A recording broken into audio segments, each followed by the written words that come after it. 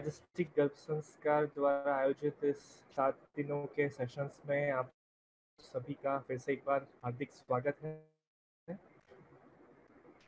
Hope के आप सभी बिल्कुल रेडी हैं सारे मटेरियल्स के साथ, जो चीज़ें हमने आपसे आज लाने के लिए कहा था। यस, आप चैट बॉक्स में अपने नाम, अपने सिटीज़ एंड आपकी सारी तैयारियां हो चुकी हैं, इसके साथ रिप्लाई हमें भेजिए ताकि हम ये जान लें कि आप बिल्कुल रेडी हैं with full energy.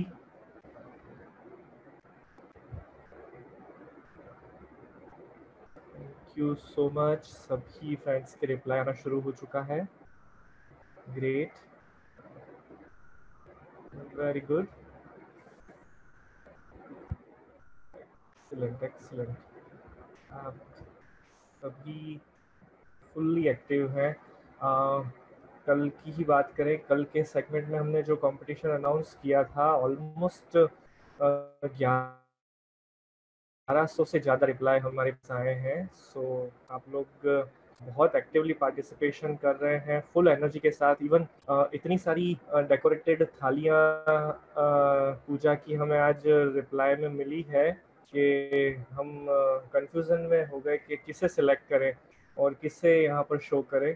So finally हमने वन बाय वन उनमें से कुछ थालियों को सिलेक्ट कर ग्रुप में भेजना शुरू किया है, तो आप वहाँ पर उन्हें देख पाएंगे। यस, सो ऑलमोस्ट सभी तैयार हैं। मैं यहाँ पर एक बार चेक कर लेता हूँ, आपको वॉइस क्लियर आ रहा है? स्क्रीन पर मदर्स डे सेलिब्रेशन लिखा हुआ इमेज भी आपको दिख रहा है? अगर ये सब बिल्कुल परफेक्ट है तो आप क्विकली यस रिप्लाई लिखकर भेजें। साथ ही साथ अगर आप फेसबुक पर जुड़े हुए हैं तो आप वहाँ पर भी यही सेम रिप्लाई यस लिखकर भेजिए ताकि हमें आइडिया आ जाए कि एवरीथिंग इज स्मूथ और हम हमारी यात्रा को तुरंत शुरू करें।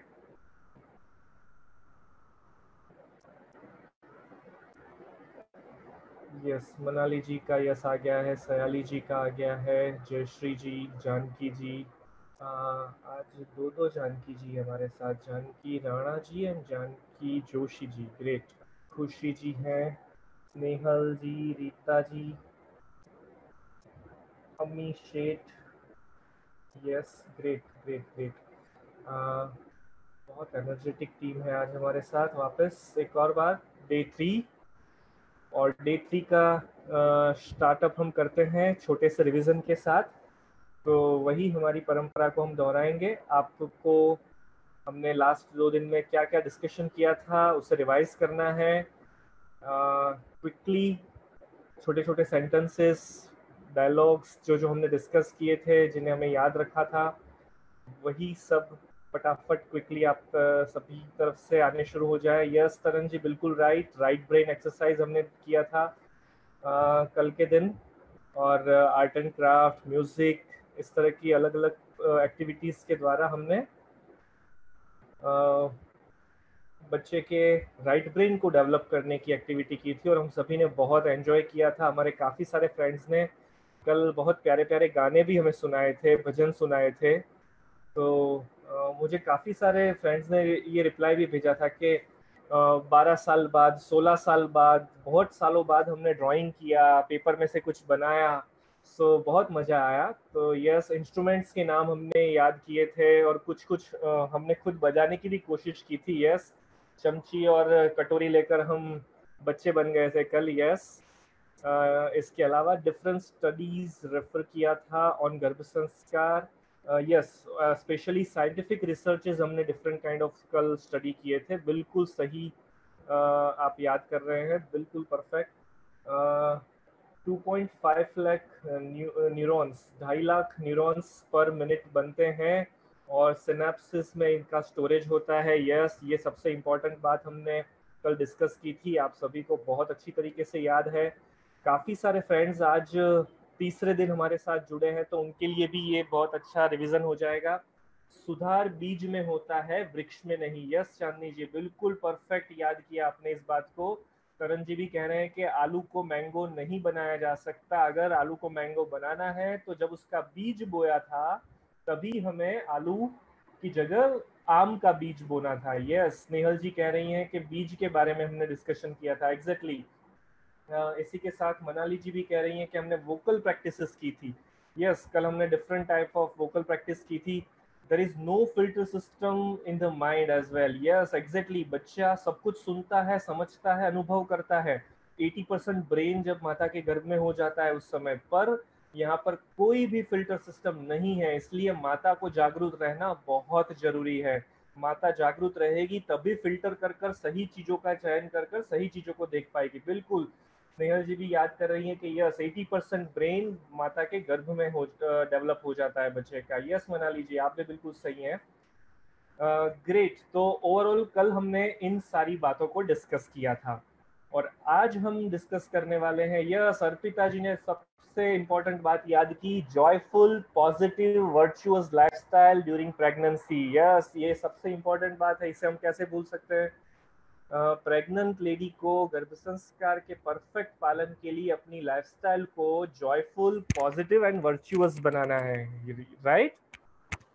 यस, मनाली जी कह रही हैं कि यस साइंटिफिक रिसर्च ये भी प्रूव करता है कि चाइल्ड 4 लैंग्वेजेस गर्भ में सीख पाता है। परफेक्ट। इसके अलावा ओम चैंटिंग, ओम मंत्रोच्चार करने से, ओम प्राणायाम करने से बच्चे का स्वभाव शांत आता है।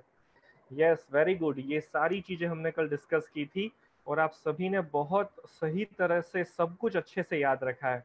तो चलिए आज की यात्रा हम शुरू करते हैं गर्भ संस्कार के लाभ जानने से। ओके, तैयार है? मैं देख रहा हूँ कि काफी सारे फ्रेंड्स बाहों को ऊपर चढ़ा रहे हैं और तैयार हो रहे हैं कि यस हम युद्ध करने वाले हैं। नहीं, आज हम महाभारत लिखा हुआ है पर युद्ध नहीं करने वाले। महाभारत की कुछ स्टोरीज को हम याद करने वाले हैं, जिसके द्वारा हम कहानियां सुनते सुनते आसानी से गर्भ संस्कार के एक एक हिस्से को अच्छी तरीके से समझेंगे, उनके लाभ समझेंगे। Right, great. तो सबसे पहले हम महाभारत के एक सबसे महत्वपूर्ण किस्से को याद करते हैं और इस किस्से को याद करने में आप सभी को इसलिए आज बहुत सरलता रहेगी कि हम में से ज्यादातर लोगों ने महाभारत का सीरियल अभी जो टेलीकास्ट हो रहा है उसे देखा है। राइट, तो उस एपिसोड को हम यहाँ पर याद करते हैं कि जब विचित्र वीर्य का अवसान हो जाता है और रानी सत्यवती भीष्म पितामह से, देवव्रत से ये विनती करती हैं कि अब अंबिका और अंबालिका जो 2 रानियां बची है उनको हमें गर्भाधान करवाना है ताकि वंश आगे बढ़ सके। और जैसे कि हम जानते हैं कि भीष्म का जो प्रतिज्ञा है उसके हिसाब से वो ब्रह्मचारी रहते हैं, वो गर्भाधान की प्रक्रिया में भाग नहीं ले सकते। इसलिए सत्यवती वेदव्यास जी को निमंत्रण देने के लिए भीष्म पितामह को कहती है कि आप वेदव्यास जी को बुलाकर लाइए। जब वेदव्यास जी सत्यवती को मिलते हैं, वो भी उनके सत्यवती के संतान हैं, तो जब वेदव्यास जी उनको मिलते हैं तब सत्यवती उनको ये सारी दुविधाएं बताती है कि ये सारी परेशानियां हैं, इसलिए तू भी मेरा संतान है तो अब वंश वृद्धि के लिए तुझे सहायता करनी पड़ेगी। तो उस समय वेदव्यास जी तुरंत माता की आज्ञा को स्वीकार लेते हैं, पर ये कहते हैं कि माता आप ठहरिए, मुझे 1 वर्ष का समय दीजिए। मैं अभी गर्भाधान की प्रक्रिया के लिए अंबिका और अंबालिका को संतान देने के लिए योग्य नहीं हूं। यहाँ पर सबसे बड़ा सवाल हमें समझने वाला है जो आता है कि वेदव्यास जी तो सबसे महान संत ऋषि थे उस समय के और बहुत ज्ञानी थे, विद्वान थे, फिर भी उन्होंने ऐसा क्यों कहा कि अभी मैं ये कार्य के लिए योग्य नहीं हूं। पर उनकी ये विनती को माता नहीं स्वीकार करती और सत्यवती जी कहती है कि नहीं, आपको ये कोई भी बात डिस्कस नहीं करनी है, आपको सिर्फ हमारी आज्ञा का पालन करना है और आपको अंबिका और अंबालिका को बारी बारी संतान का सुख देना है। तब इस बात का वो काफी विरोध करते हैं कि माता आप मानिए मेरी बात को, मैं अभी संतान देने के लिए योग्य नहीं हूँ, तो मुझे आप 1 वर्ष का समय दीजिए। यहाँ पर हमें ये समझना है कि वेदव्यास जी के मन में क्या दुविधा चल रही थी, वो क्या कहना चाह रहे थे, वो क्या करना चाह रहे थे, 1 साल के लिए उन्हें क्या समय चाहिए था। इस बात को हम समझेंगे आने वाले सेशंस के अंदर, पर अभी हम इस कहानी को और आगे बढ़ाते हैं ताकि आगे क्या हुआ उन बातों को भी अच्छे से समझ सके। अब वेदव्यास जी माता की आज्ञा को स्वीकार करते हैं और अंबिका के पास जाते हैं। अंबिका को सिर्फ इतना ही पता होता है कि वेद व्यास जी उनसे मिलने आने वाले हैं। इसके अलावा उनके बारे में कोई विवरण उनको नहीं पता होता। और जैसे ही वेद व्यास जी और अंबिका का मिलन होता है, वो मिलते हैं एक दूसरे को, तो अंबिका बिल्कुल घबरा जाती है, क्योंकि वेद व्यास जी का एक सन्यासी स्वरूप, ऋषि मुनि का स्वरूप, बड़ी लंबी दाढ़ी, सन्यासी जैसे कपड़े, ये सब कुछ देखकर वो बिल्कुल बौखला जाती है। एक रानी बहुत ही अच्छे सेफ एनवायरनमेंट में रहती है, तो ऐसा रूप देखकर कोई भी इंसान बिल्कुल बौखला जाता है। यही घटना अंबिका के साथ भी हुई, और उसके परिणाम स्वरूप जब वेदव्यास जी उन्हें पुत्र की प्राप्ति दे रहे थे, उनका गर्भाधान प्रक्रिया कर रहे थे, उस समय डर के मारे अंबिका की आंखें बंद हो जाती है। और जैसे ही वेदव्यास जी वापस अपनी माता के पास आते हैं और तुरंत कह देते हैं कि माता, एक अनर्थ हो गया है। अंबिका की आंखें बंद हो गई थी, इसलिए जो संतान जन्म लेने वाला है वो अंध पैदा होगा। अब सोचिए कि ये कैसे मुमकिन है। कंसीव करने की प्रोसेस, गर्भाधान की प्रक्रिया हुई है, वो सक्सेसफुल हुई है कि नहीं वो भी अभी नहीं पता है, और तुरंत ही उन्होंने अनाउंस कर दिया कि बच्चा अंध पैदा होने वाला है। और हम सभी जानते हैं कि धृतराष्ट्र जो सबसे बड़ी संतान है, वो अंध पैदा हुए थे। तो अंध संतान राजा बनने के लिए योग्य नहीं है। इस विचार से सत्यवती अंबालिका को गर्भाधान की प्रक्रिया के लिए तैयार करती है, और वेद व्यास जी उन्हें मिलने जाते हैं। अब यहाँ पर क्या होता है कि अंबालिका को पहले से कह दिया जाता है कि सन्यासी का स्वरूप है, आप डरिएगा नहीं, आपको आंखें बंद नहीं करनी है। पर स्त्री का एक साहजिक स्वभाव है, तो वो जब वेदव्यास जी से मिलती है तब आंखें बंद नहीं करती, पर वो स्वरूप देखकर फिर भी वो डर जाती है, अंदर से वो बिल्कुल भयभीत हो जाती है। और उसी के परिणाम स्वरूप जब वापस वो मिलन कंप्लीट कर कर जब वेदव्यास जी आते हैं माता के पास, तो कहते हैं कि माता, बेटा अंध तो नहीं पैदा होगा, बच्चा अंध तो नहीं होगा, पर ये तय है कि बच्चा रोगिष्ट होगा, उसका शरीर इतना पावरफुल नहीं होगा। क्योंकि अंबालिका बिल्कुल डर गई थी, वो अंदर से भयभीत हो गई थी, वो बिल्कुल रेडी नहीं थी गर्भाधान की प्रक्रिया के लिए। तो अगेन, ऐसा कम आयु वाला या जो बीमार रहने वाला है बच्चा, ऐसा अगर बच्चा बड़ा होकर राजा बनेगा तो वो भी उचित नहीं है। इस बात को ध्यान में रखते हुए वापस सत्यवती ने विनती की कि आप फिर से ये प्रक्रिया करिए, और इस बार हम दोनों रानी को, जिस भी रानी को आपके पास भेजेंगे, उनको प्रॉपरली सब समझा देंगे कि आपको ये करना है, ऐसे नहीं डरना है, वगैरह वगैरह, ताकि एक श्रेष्ठ संतान की प्राप्ति हमें मिल सके। जैसे ही दोनों रानियों को सत्यवती माता विनती करती है कि अब आप में से किसी को जाना है और ये ध्यान रखना है, पर दोनों रानियां इसका विरोध करती है, और माता के सामने तो कुछ नहीं बोल पाती, पर दोनों जब आपस में गुपचुप करती है तब डिस्कशन करती है कि हमारे बस का तो अब ये नहीं है।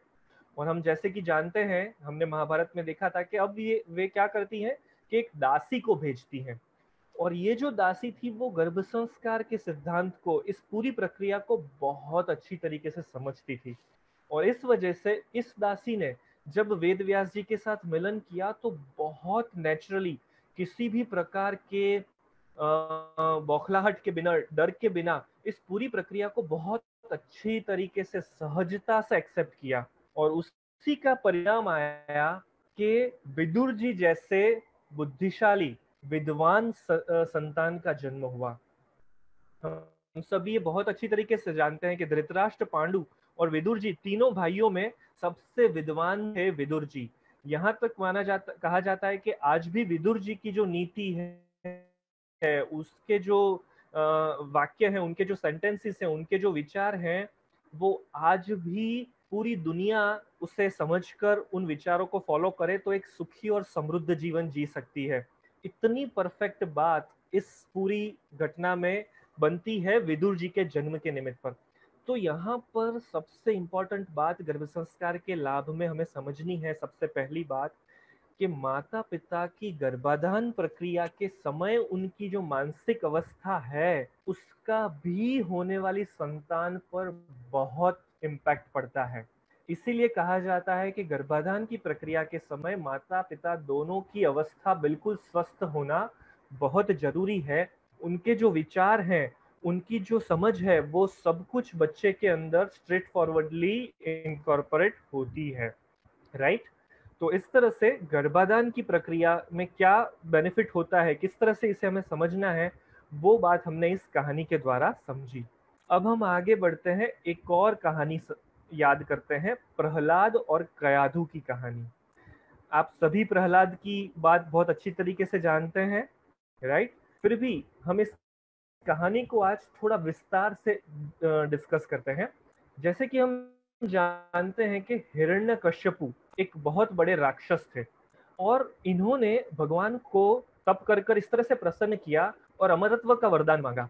भगवान बहुत क्लियरली जानते थे कि अगर इसको मैंने अमरत्व का वरदान दे दिया तो ये पूरी दुनिया को परेशान करके रख देगा, और भगवान का जो अस्तित्व है, भगवान की जो बात है, उसका भी ये विरोधी है। तो भगवान ने उससे अमरत्व का वरदान न देते हुए कुछ ऐसा वरदान दिया कि वो दिन में भी नहीं मर सकता, रात में भी नहीं मर सकता, शस्त्र से नहीं मर सकता, अस्त्र से नहीं मर सकता, घर के अंदर नहीं मर सकता, घर के बाहर नहीं मर सकता। सो ऑलमोस्ट एक अमरत्व जैसा ही वरदान हो गया। इंसान से नहीं मर सकता, किसी प्राणी से नहीं मर सकता। तो इस बात को लेकर हिरण्यकश्यपु ने पूरे संसार के अंदर बहुत बड़ा प्रॉब्लम खड़ा कर दिया था। ऑलमोस्ट हर जगह वो अपने आप को भगवान की तरह पूजा करवाता था, और इसी का परिणाम हुआ कि हिरण्यकश्यपु कॉन्स्टेंटली सब जगह आक्रमण करता और अपने आप को भगवान की तरह साबित करने लग गया। इस वजह से जो इंद्र और बाकी सारे देव थे वो बड़े भयभीत हो गए और टेंशन में आ गए कि अब ये इतना पावरफुल हो गया है धीरे धीरे कि ये आने वाले समय में इंद्र का जो राज्य है उस पे भी शासन कर लेगा। तो इंद्र क्या करते हैं कि वो पता लगाते हैं अपने गुप्तचरों द्वारा कि हिरण्यकश्यपु की लाइफ में ऐसा क्या है कि जिससे इससे ब्लैकमेल किया जा सके, इसे कंट्रोल में लाया जा सके। तो उन्हें पता चलता है कि कयाधु गर्भवती है। तो वो अपनी सेना को भेजते हैं और कयाधु का अपहरण करवा लेते हैं। अब अपहरण कर कर जब वो उसे देवलोक में लेकर जा रहे होते हैं, तब नारद जी वहां पहुंच जाते हैं, और नारद जी उन्हें रोकते हैं कि गर्भवती स्त्री का इस तरह से अपमान करना, उसे किडनैप करना, ये बिल्कुल भी सही नहीं है। ये होने वाले बच्चे के ऊपर भी बहुत गंभीर इम्पैक्ट करेगा, ये हमें शोभा नहीं देता। बल्कि गर्भवती स्त्री का तो बहुत ध्यान रखना चाहिए, उसकी सेवा करनी चाहिए, उसकी केयर करनी चाहिए, उसे कोई भी परेशानी ना हो, ऐसा हमें ध्यान रखना चाहिए। तो इंद्र बोलते हैं नारद जी को, तो क्या अब आप बताइए कि हम क्या करें। तब नारद जी उन्हें सलाह देते हैं कि एक काम करो, कयाधु को आप मुझे सौंप दो, मैं उसकी केयर करूंगा, मैं उसे मेरे आश्रम में ले जाता हूँ, और आपको जो हिरण्यकशिपु को डरा कर रखना है वो आप डरा कर रखिए कि भाई वो आपने कयाधु को किडनैप करके रखा हुआ है। तो इस बात पर समझौता होता है और नारद जी कयाधु को लेकर अपने आश्रम में चले जाते हैं।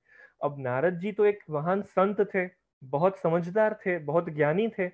उन्होंने सोचा कि युद्ध से तो इसका कभी निवारण नहीं आ सकता, पर अगर गर्भ संस्कार के विज्ञान का पालन किया जाए और कयाधु के गर्भ में जो बच्चा पल रहा है उसके अंदर दानव की जगह देवताओं के गुण डाल दिए जाए, उसके अंदर ये जो दानव कुल के जो विचार हैं उन विचारों को जन्म ही लेने नहीं दिया जाए, बीज में ही करेक्शन कर दिया जाए, तो आने वाली जनरेशन में कोई प्रॉब्लम ही नहीं आएगा। और यही चीज उन्होंने फॉलो की कयाधु के साथ। कयाधु का उन्होंने आश्रम में बहुत अच्छी तरीके से ध्यान रखा, उसे अपनी बेटी की तरह संभाला, उतना प्रेम से उसे रखा, उसके भोजन का ध्यान रखा, उसकी सभी सुविधाओं का ध्यान रखा। आश्रम में होने वाली सारी जो गतिविधियां थी, जो क्रियाएं थी, उनमें सारा फोकस कयाधु पर ला दिया गया। और धीरे धीरे कयाधु का इतना अच्छी तरीके से ध्यान रखा गया कि कयाधु तो वैसे राक्षस कुल की थी, पर फिर भी कयाधु को बड़ा आनंद आने लगा। और ऑब्वियसली अगर कोई आपका इतना ध्यान रखेगा, आपकी कोई इतनी केयर करेगा, तो आप उसके साथ आकर्षित होने ही वाले हो, आप उसकी बातें मानने वाले हो। और इसी के चलते धीरे धीरे कयाधु आश्रम का सात्विक भोजन खाने लगी। आश्रम में होने वाली कथा, कीर्तन, आरती, पूजा, इन सब क्रियाओं में सम्मिलित होने लगी। दिन में 1 या 2 घंटे का समय निकालकर नारद जी कयाधु को सत्संग की बातें सुनाते, भगवान के चरित्र सुनाते, और यही सारी बातें गर्भ में पल रहा प्रहलाद भी सुनता। और इसका फल ये आया कि जब प्रहलाद का जन्म हुआ, तब उसके मुख से स्वाभाविक तौर पर नारायण नारायण निकलता शुरू हो गया। और फिर बाकी की बात तो हम जानते ही हैं कि फिर पिता और पुत्र के बीच में कैसे संवाद हुए, और अंत में नरसिंह अवतार के द्वारा हिरण्यकश्यपु का वध हुआ। पर ये कहानी के द्वारा नारद जी, कयाधु और प्रहलाद हमें बहुत क्लियर संदेश देते हैं कि दानव के कुल में भी भगवान का भक्त पैदा हो सकता है, देव पैदा हो सकता है। तो आज हमारे बीच में तो कोई भी दानव नहीं है ना। हम लोगों के अंदर अगर कुछ छोटे मोटे प्रॉब्लम्स हैं, तो छोटी छोटी बुराइयां हैं कि हमें गुस्सा बहुत आता है, हम कभी कभी ईर्ष्या कर लेते हैं, हम कभी किसी के लिए बुरा सोच लेते हैं, या इस टाइप की छोटी छोटी बुराइयां हैं। अगर कुछ लोगों को व्यसन होता है, बीड़ी सिगरेट वगैरह हम पी लेते हैं, तो ये जो छोटी मोटी चीजें हैं, इन पर हम अगर प्रॉपरली फोकस करें तो ये चीजें बच्चे में न आए, ये 100% हो सकता है। आप सब सहमत हैं इस बात से? तो आप यस लिखकर रिप्लाई करिए। Yes, very good. खुशी जी, राहुल जी, सभी के यस आने शुरू हो गए हैं। सयाली जी, अर्पिता जी हैं हमारे साथ। यस, तो अब इसके साथ हमें भी एक संकल्प करना है। यहाँ पर गर्भ संस्कार का पहला लाभ समझते हुए हमने ये जान लिया कि दानव के कुल में भी अगर देव बालक पैदा हो सकता है, तो हमारे अंदर अगर कुछ बुराई है तो वो तो हम 100% बच्चे में नहीं ही जाने देंगे। तो अब आप सब सोचिए 1 मिनट के लिए कि ऐसी कौन सी चीज है, ऐसी कौन सी आदत है जो आप चाहते हैं कि आपके बच्चे में न जाए। उस आदत को तय करिए और लिखकर रिप्लाई करिए। यस गौरी जी, रीता जी हमारे साथ हैं, दीक्षा जी हमारे साथ हैं, आप सभी इस बात से सहमत हैं। अब आपको ये शेयर करना है कि ऐसी कौन सी चीज है जो आप अपने बच्चे में नहीं आने देंगे। यस, गुस्सा, जलन, continuous thinking. Yes, Khushi ji, continuous thinking is a good habit, but positive continuous thinking is a good habit, not negative, right? तो negative thinking को हमें डिवाइड करना है। देखिए, मोस्ट ऑफ मैं यहाँ पर देख रहा हूँ, मैक्सिमम लोगों के रिप्लाई गुस्सा, ये आ रहा है। देखिए, गुस्सा है ना, हमारे ब्लड में घुस गया है शायद, नहीं? Yes, Surekha ji ego, frustration कह रहे हैं अर्पिता जी। आकृति जी कह रही है एंगर। वर्षा जी कह रही है नेगेटिविटी। यस, एंगर, एंगर, गुस्सा सबसे बड़ा शत्रु है, हाँ, सभी का। और देखिए, गुस्से से क्या नुकसान होता है हम सब अच्छी तरीके से जानते हैं, पर जब आता है तब हमें कंट्रोल नहीं कर पाते। चलिए, आने वाले समय में, आने वाले सेशंस में गुस्से को कैसे कंट्रोल में लाया जा सकता है, इस बारे में भी हम बात करने वाले हैं। यस, सयाली जी भी यहाँ पर कह रही है एंगर, एकता जी भी कह रही है एंगर, मनाली जी ने कहा शॉर्ट टेम्पर होना, जेलसी कह रही है अमी जी, निखिल जी भी कह रहे हैं वरिंग नेचर। यस, एक ये वरिंग नेचर भी बहुत बड़ा प्रॉब्लम है। यस, यहाँ पर हमारे एक फ्रेंड ने कहा है सेल्फ डाउट, या ये भी, हमें अपने आप पर काफी बार कॉन्फिडेंस नहीं होता, राइट? तो ये चीज बच्चे में नहीं आनी चाहिए, और हमें भी ये चीज सुधारनी है। देखिए, प्रेगनेंसी एक गोल्डन चांस है। बच्चे के साथ साथ हम हमारे अंदर भी वो करेक्शन ला देंगे, ताकि आने वाले समय में हमें भी वो प्रॉब्लम न रहे। Yes, over thinking is also problem in our self, के ये भी हमें परेशान करता है। यस, स्ट्रेस लेना, इमोशनल स्विंग्स, सरगम जी कह रही है। यस, बिल्कुल, इमोशनल स्विंग भी एक बड़ा प्रॉब्लम है। हम इमोशनली इतने कॉम्प्लेक्स हो जाते हैं ना काफी बार। यस, दिव्येश जी, आपने ये बिल्कुल सही चीज पकड़ी है। फियर, डर ऐसी चीज है ना कि हमें सक्सेस ही नहीं होने देती। काफी बार हम रिस्क ही नहीं ले पाते, हम कुछ काम ही शुरू नहीं कर पाते डर के मारे। उसने ये कहा तो उसे कैसा लगेगा, और जिसने जिसने दुनिया की सोची है ना, वो कभी आगे नहीं बढ़ पाया, राइट? तो दुनिया को तो हमें हमारे विचार के साथ जोड़कर चलाना है, किसी का बुरा नहीं सोचना। पंकज जी, ये तो सही बात है, ये तो अच्छी बात है, आपको अपने बच्चे में डालनी चाहिए कि किसी का भी बुरा नहीं सोचना है, अपना छोड़ के दूसरे पर ध्यान देना। यस, ये सबसे बड़ी गलती है। हम है ना दूसरे का देखते रहते हैं कि उसका क्या हुआ, वो कर रहा है कि नहीं, अगर वो कर रहा है ना तो मैं करूंगा, तो ये भी बिल्कुल गलत चीज है। Self criticism about body looks, yes, ये भी बिल्कुल गलत चीज है, इसे भी नहीं होना चाहिए। Lack of confidence, excessive emotions. देखिए, हम सब साथ में मिलकर अगर इन सब टॉपिक्स को डिस्कस कर रहे हैं ना, तो कितने सारे टॉपिक्स बाहर निकल कर आए। हो सकता है कि इनमें से कुछ चीजें मुझ में होगी, पर मुझे ऐसे दिख नहीं रही थी, पर इन वर्ड्स को जब मैं पढ़ रहा हूँ तो मुझे याद आ रहा है कि यस, ये प्रॉब्लम तो मेरे साथ भी है। तो आप इन शब्दों का लिस्ट बनाकर रख सकते हैं, ताकि आपको पता चले कि इन सब चीजों पर हमें काम करना है, इन सब चीजों पर हमें इंप्रूवमेंट लाना है। तो देखिए, दूसरी स्टोरी हमने सुनी जब प्रहलाद की, तो हमें एक और पावरफुल चीज पता चल गई। अब हम एक और स्टोरी पर आगे बढ़ते हैं। तीसरी कहानी जो हम गर्भ संस्कार का तीसरा लाभ समझाएगी, ये है शिवाजी और जीजाबाई की कहानी, राइट। आज से कुछ ही वर्षों पहले ये घटना बनी है, राइट। ऑलमोस्ट 100 सवा 100 साल पहले की बात है। जब शिवाजी गर्भ में थे, तब जीजाबाई की परिस्थिति बहुत ही व्याकुल परिस्थिति थी, बहुत ही कॉम्प्लिकेशन वाली परिस्थिति थी। कुछ इस तरह से कि मराठा साम्राज्य के ऊपर, मराठा सारे राज्यों के ऊपर मुगल साम्राज्य का कॉन्स्टेंटली वॉर जोन चल रहा था। और जो मुगल लोग थे ना, उन लोगों में कोई भी युद्ध नीति के रूल्स रेगुलेशन नहीं थे। वो कभी भी अटैक करते थे, किसी पे भी अटैक करते थे, बच्चा बूढ़ा औरत, उन पर किसी पर भी उन पर उनके मन में कोई दया भाव नहीं था। तो होता क्या कि गांव में रहने वाला, टाउन प्लेसेस में रहने वाला हर एक इंसान मौत के भय में जी रहा था। और उस समय सैनिकों की भी इतनी लिमिटेशन थी कि घर की लेडीजों को भी युद्ध के कार्यों में सम्मिलित होना पड़ता था।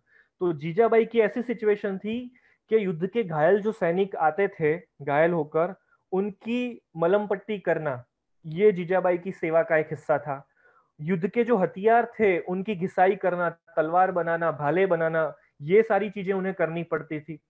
तो ये जितनी भी चीजें थी, उनमें कॉन्स्टेंटली जीजाबाई सम्मिलित रहती थी। अब सोचिए, आसपास में युद्ध का माहौल है, तो उनके मन पे क्या स्थिति रहती होगी। उन्हें भी कॉन्स्टेंटली मौत का भय सताता होगा कि कभी भी अटैक हो सकता है। तो जब इतना नेगेटिव एटमॉस्फेयर था उनके आसपास, तब भी जीजाबाई ने गर्भ में पल रहे शिवाजी को इस डर का, इस नेगेटिविटी का, इस मौत के भय का एक छांटा भी नहीं पहुंचने दिया। उन्होंने उसका उल्टा किया। कॉन्स्टेंटली गर्भ में पल रहे शिवाजी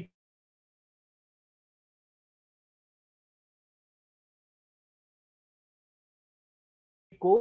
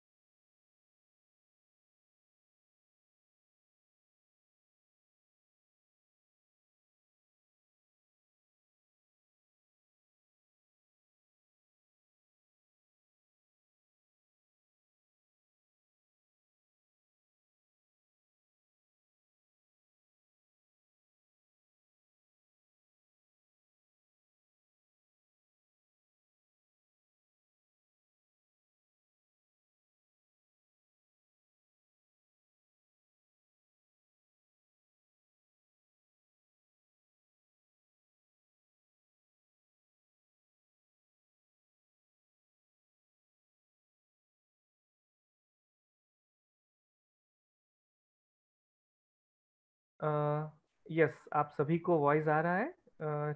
छोटी सी टेक्निकल क्वेरी की वजह से हमारा कनेक्शन कट हुआ था। यस यस, आप सभी को वॉइस आना शुरू हो गया है। देखिए, ये जैसे इंटरनेट कनेक्शन की या थोड़ा बहुत टेक्निकल क्वेरीज जिस तरह से हमें आ रही है ना, ये तो बहुत छोटी छोटी क्वेरीज हैं। पर जो जीजाबाई को क्वेरीज आ रही थी ना, वो क्वेरीज इसके सामने बहुत बड़ी क्वेरी थी। उनको तो जिंदगी जीने में प्रॉब्लम आ गई थी, इतनी बड़ी क्वेरी उनके लाइफ में थी।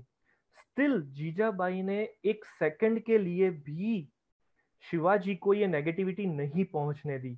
और इसी का परिणाम ये आया कि शिवाजी इतने शूरवीर पैदा हुए। तो यहाँ पर हम सभी को एक बहुत इंपॉर्टेंट बात ये समझनी है कि माता चाहे तो उसके आसपास कितनी भी नेगेटिविटी क्यों ना हो, वो नेगेटिविटी वो अपने संतान पर नहीं आने दे सकती। यहाँ पर हमारे कुछ फ्रेंड्स रिक्वेस्ट कर रहे हैं कि शिवाजी और जीजाबाई वाली बात वापस एक बार रिपीट करिए, मिस हो गया है। यस, आपको लगता है सभी को ये रिक्वायरमेंट है तो मैं एक बार ये सेगमेंट फिर से रिपीट कर लूँ एक बार। यस, चांदनी जी, बाकी सारे फ्रेंड्स का भी रिप्लाई यस में आना शुरू हो गया है। चलिए ठीक है, हम शिवाजी वाली बात को एक बार फिर से रिपीट करते हैं। अ, हम सब जिस तरह से जानते हैं कि जीजाबाई जब गर्भवती थी तब मुगल साम्राज्य का कॉन्स्टेंटली मराठा साम्राज्य के ऊपर आक्रमण चलता था और मुगल साम्राज्य बिल्कुल भी एथिकल प्रैक्टिसेस वाले लोग नहीं थे। वो कभी भी युद्ध के जो प्रॉपर रूल्स रेगुलेशन है उन्हें प्रॉपरली फॉलो नहीं करते थे। वो कभी भी अटैक करते थे, किसी पे भी अटैक करते थे, छोटा बच्चा हो, बड़ा हो, लेडीज हो, गर्भवती हो, वो किसी चीजों को फॉलो नहीं करते थे। और इसी का परिणाम ये था कि जीजाबाई भी भय के वातावरण में जी रही थी। और सिर्फ भय के वातावरण में ही नहीं, उन्हें प्रेगनेंसी के समय पे भी अपनी केयर करने के अलावा और भी कामों में मशगूल रहना पड़ता था, जैसे कि युद्ध के हथियार बनाना, युद्ध के जो घायल सैनिक आया आते थे उनकी सेवा करना। तो ऐसे कॉम्प्लिकेटेड वातावरण में भी जीजाबाई ने कॉन्स्टेंटली गर्भ में पल रहे शिवाजी को शूरवीरता का ही खाना खिलाया है, शूरवीरता की ही लोरी सुनाई है, शूरवीरता के ही गाने सुनाए हैं। साथ ही साथ उन्होंने कॉन्स्टेंटली शिवाजी को एक संकल्प दिया है कि बेटा तेरा जन्म मुगल साम्राज्य का सर्वनाश होने वाला है। तेरा लक्ष्य है कि तुझे मुगल साम्राज्य को भारत देश में से खदेड़ देना है। और यही कार्य की वजह से शिवाजी के अंदर ऐसे पावरफुल गुण आए कि जैसे कि हम जानते हैं कि शिवाजी ने ऑलमोस्ट मुगल साम्राज्य का सर्वनाश कर दिया। जहां जहां भी मुगल साम्राज्य था वहां सभी जगह मराठा साम्राज्य की ध्वजाएं लहरा दी। तो ये कैसे पॉसिबल हुआ? माता ने चाहा तो नेगेटिव वातावरण जो आसपास में था उन सभी नेगेटिव वातावरण को बच्चे तक नहीं पहुंचने दिया। आप समझ रहे हैं इस बात? जब मौत का भय था, ऐसे मौत के डर को भी अगर माता ने चाहा तो बच्चे तक नहीं पहुंचने दिया, तो हमारे घर के छोटे मोटे प्रॉब्लम्स, हमारे स्वभाव के छोटे मोटे प्रॉब्लम, छोटे मोटे फाइनेंशियल इश्यूज या कोरोना जैसी बीमारियां, इनकी कोई हैसियत है कि इनकी नेगेटिविटी हमारे बच्चे तक पहुंचे? बिल्कुल भी नहीं है। आप सभी माताओं के पास इतनी कैपेसिटी है, भगवान ने हर एक माता को इतना बल दिया है कि कोई भी नेगेटिव विचार, कोई भी नेगेटिव सिचुएशन बच्चे तक नहीं जा सकती। हर एक माता ढाल बनकर बच्चे की रक्षा में खड़ी हो जाती है, राइट? तो चलिए हम एक लिस्ट बनाते हैं कि कौन से नेगेटिव विचार हैं जो हम संकल्प लेते हैं कि बच्चे तक हरगिज नहीं पहुंचने देंगे, राइट? तो चलिए, ऐसे कौन कौन से विचार हैं जिनसे आपको फाइट करनी है, आपको ढाल बनना है और उन विचारों को बच्चे तक नहीं पहुंचने देना है, राइट? आप एक एक कर कर, आपको सबसे पहले जो विचार डिस्टर्ब करते हैं, जिनके विचार से नेगेटिविटी आती है, उन विचारों को आइडेंटिफाई करना है। See, negativity is a word, but हमें आइडेंटिफाई करना है इन राक्षसों को कि जो हमें डिस्टर्ब करते हैं, राइट? गुस्सा, ईर्ष्या, ओवर थिंकिंग, ओवर इमोशनल होना, थॉट्स अबाउट फ्यूचर। यस, ये सबसे बड़ा क्रिमिनल है हमारी लाइफ में। हम फ्यूचर के प्लानिंग में इतने डिस्टर्ब हो जाते हैं ना कि हम प्रेजेंट को जी नहीं पाते। और इसी का रिवर्स हम पास्ट के विचारों में कि ये उस समय अगर ये नहीं हुआ होता तो आज मैं ऐसा होता, आज मैं ऐसी होती, उसने ऐसा क्यों कह दिया, उसने ऐसा क्यों किया, तो पुरानी बातें भी हमें बहुत डिस्टर्ब करती रहती है। बिल्कुल, comparison to the others, regrets, पुरानी बातें, लेजीनेस। यस, लेजीनेस सबसे बड़ा दुश्मन है। इसे भी हमें हटाना है। worried about the baby's growth and health. Instead, I want to keep faith. All is well. Yes, आकृति जी, बिल्कुल आपने सही सॉल्यूशन सजेस्ट किया कि बच्चे में मैं ये कर दूं, वो कर दूं। ये सब टेंशन लेने की बजाय हमें सिर्फ पॉसिबल प्रयत्न करने हैं। देखिए, फल हमेशा भगवान के हाथ में है। इकोनॉमिक कंडीशंस, यस, ये भी हमें सबसे ज्यादा डिस्टर्ब करती है। यस, फेसबुक पे भी हमारे काफी सारे फ्रेंड्स रिप्लाई कर रहे हैं कि उन्हें ऐसी कौन कौन सी चीजें हैं जिससे जिसमें से ओवरकम करना है, वो बच्चे तक नहीं पहुंचने देना है। एक्सेसिव इमोशनल होना, yes, emotional conditions, visit to the hospital, इन सब बातों का टेंशन हमें हो जाता है। स्कैनिंग करवाने जाना पड़ेगा, सोनोग्राफी करवाएंगे तो क्या होगा, डर जो लगता है, ये सारी बातों से हमें ओवरकम करना है, बिल्कुल नेचुरल हो जाना है, ताकि हम प्रेगनेंसी को प्रॉपरली एंजॉय कर सकें, बच्चे के लिए भी सबसे बेहतर से बेहतर चीजें आराम से कर सकें। देखिए, भगवान ने पुरुष और स्त्री के अंदर जो भी भेद बनाए हैं ना, उसमें सबसे बड़ा जो यूनिक बेनिफिट माता के लिए रखा है वो ये है कि आप ये जो 9 महीने की जर्नी में जो हैप्पीनेस फील करती हैं, ये हैप्पीनेस दुनिया के और किसी पुरुष के भाग्य में कभी भी मुमकिन नहीं है। और ये जो पेन 9 महीने के दरमियान आता है, डिलीवरी के समय जो पेन आता है ना, ये पुरुष की हैसियत नहीं है कि इस पेन को वो कभी महसूस कर सके, इसे फील कर सके, उसकी ताकत ही नहीं है इस फील को वो, इस पेन को वो हैंडल कर सके। ये सिर्फ और सिर्फ माँ की ताकत है कि वो इस पेन को फील कर जाती है। तो ये शक्ति आप सभी में है ऑलरेडी, आपको बस कंसंट्रेशन लाना है कि बच्चे तक नहीं पहुंचने देना है। यस, हमें न्यूट्रिशन के बारे में भी बहुत टेंशन होता है कि हमने अच्छा खा तो लिया है ना, हमने प्रॉपरली ड्राई फ्रूट ले तो लिया है ना, दूध सही तरीके से यूज हो रहा है ना। देखिए, जो भी चीजें हम इंटेक कर रहे हैं वो सब बिल्कुल सही है, पर जब तक विचार पॉजिटिव नहीं होंगे ना, तब तक कहीं ना कहीं अच्छा खाया हुआ भी प्रॉपर काम नहीं कर पाएगा, राइट? तो विचारों की हेल्थ पर फोकस करना सबसे ज्यादा जरूरी है। ग्रेट।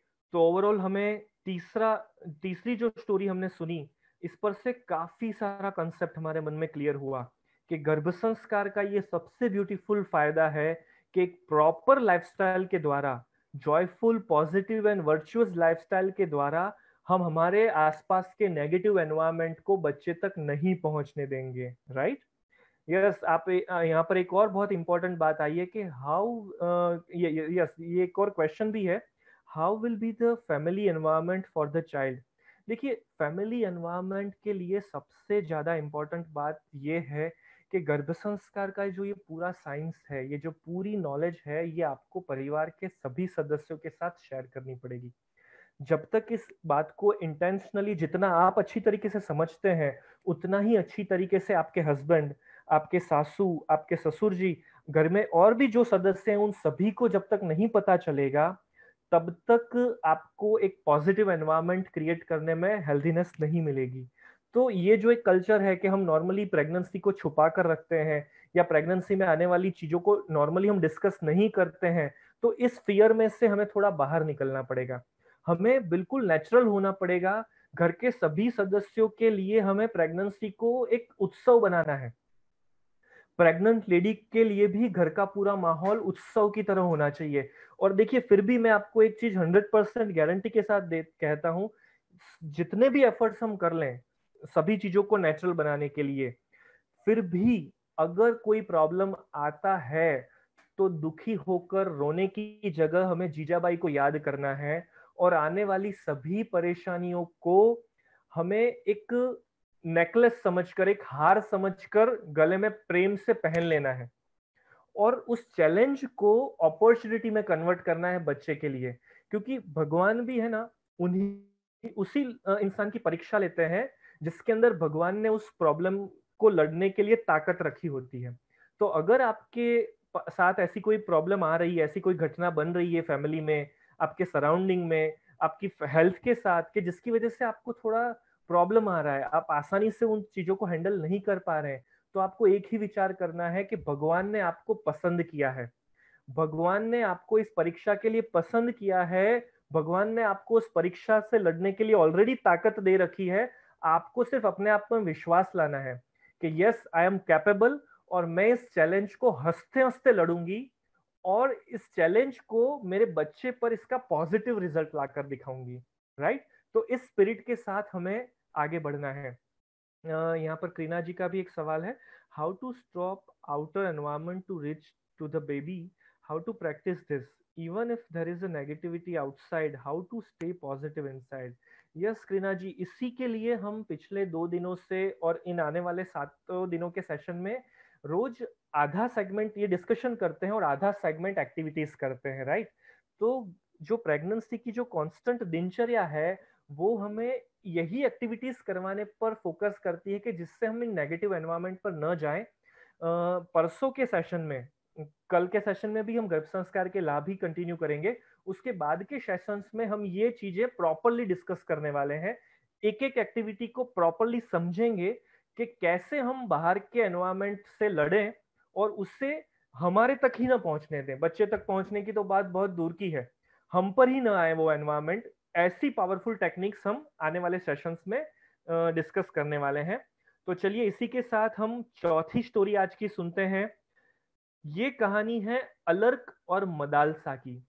मदालसा रानी का नाम आप में से किन्होंने पहली बार सुना है? जिन्होंने पहली बार सुना है वो मदालसा, MADALSA, मदालसा लिखकर स्क्रीन पर रिप्लाई करेंगे। यस, आप फर्स्ट टाइम मी भी लिख सकते हैं, मदालसा भी लिख सकते हैं। मदालसा रानी का नाम आप सभी अपने मन में बहुत बोल्ड और कैपिटल में फिट कर लीजिए, क्योंकि मदालसा रानी हर एक गर्भवती माता के लिए आदर्श समान है। मदालसा रानी का किस्सा इतना इम्पोर्टेंट है हम सभी को समझना, हम सभी को फॉलो करने के लिए, क्योंकि इन्होंने बहुत पावरफुल एक प्रथा शुरू की हम सभी के लिए, हर एक माता के लिए। वो ये प्रथा है कि जब रानी मदालसा प्रेगनेंसी कंसीव करते थे, उसी समय अनाउंस कर देते थे कि मेरी होने वाली संतान के अंदर ये गुण होंगे, वो ऐसी बनेगी।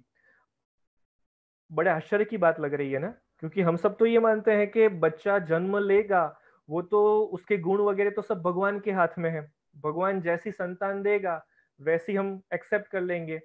या फिर हम ऐसा मानते हैं कि बच्चा जन्म लेने के बाद उससे जो कुछ अच्छा लगेगा वो एक्सप्लोर करेगा और उससे जो पसंद आएगा उसके हिसाब से वो आगे बढ़ेगा, राइट? पर मदालसा रानी ने इस पूरी बात को रिवर्स कर कर बता दिया। और शायद यही बात हमें एक और सिद्धांत याद करवाती है कि माता को विधाता कहा गया है, राइट? ये बात हम सभी ने सुनी है। तो माता को विधाता इसीलिए कहा गया है कि इन 9 महीने दरमियान माता विधाता ही होती है, भगवान का ही स्वरूप होती है। और जिस तरह से भगवान अपनी हर एक संतान का भविष्य निर्माण करती है, उसी तरह माता भी प्रेगनेंसी में अपने कार्यों के द्वारा अपनी संतान का भविष्य निर्माण करती है।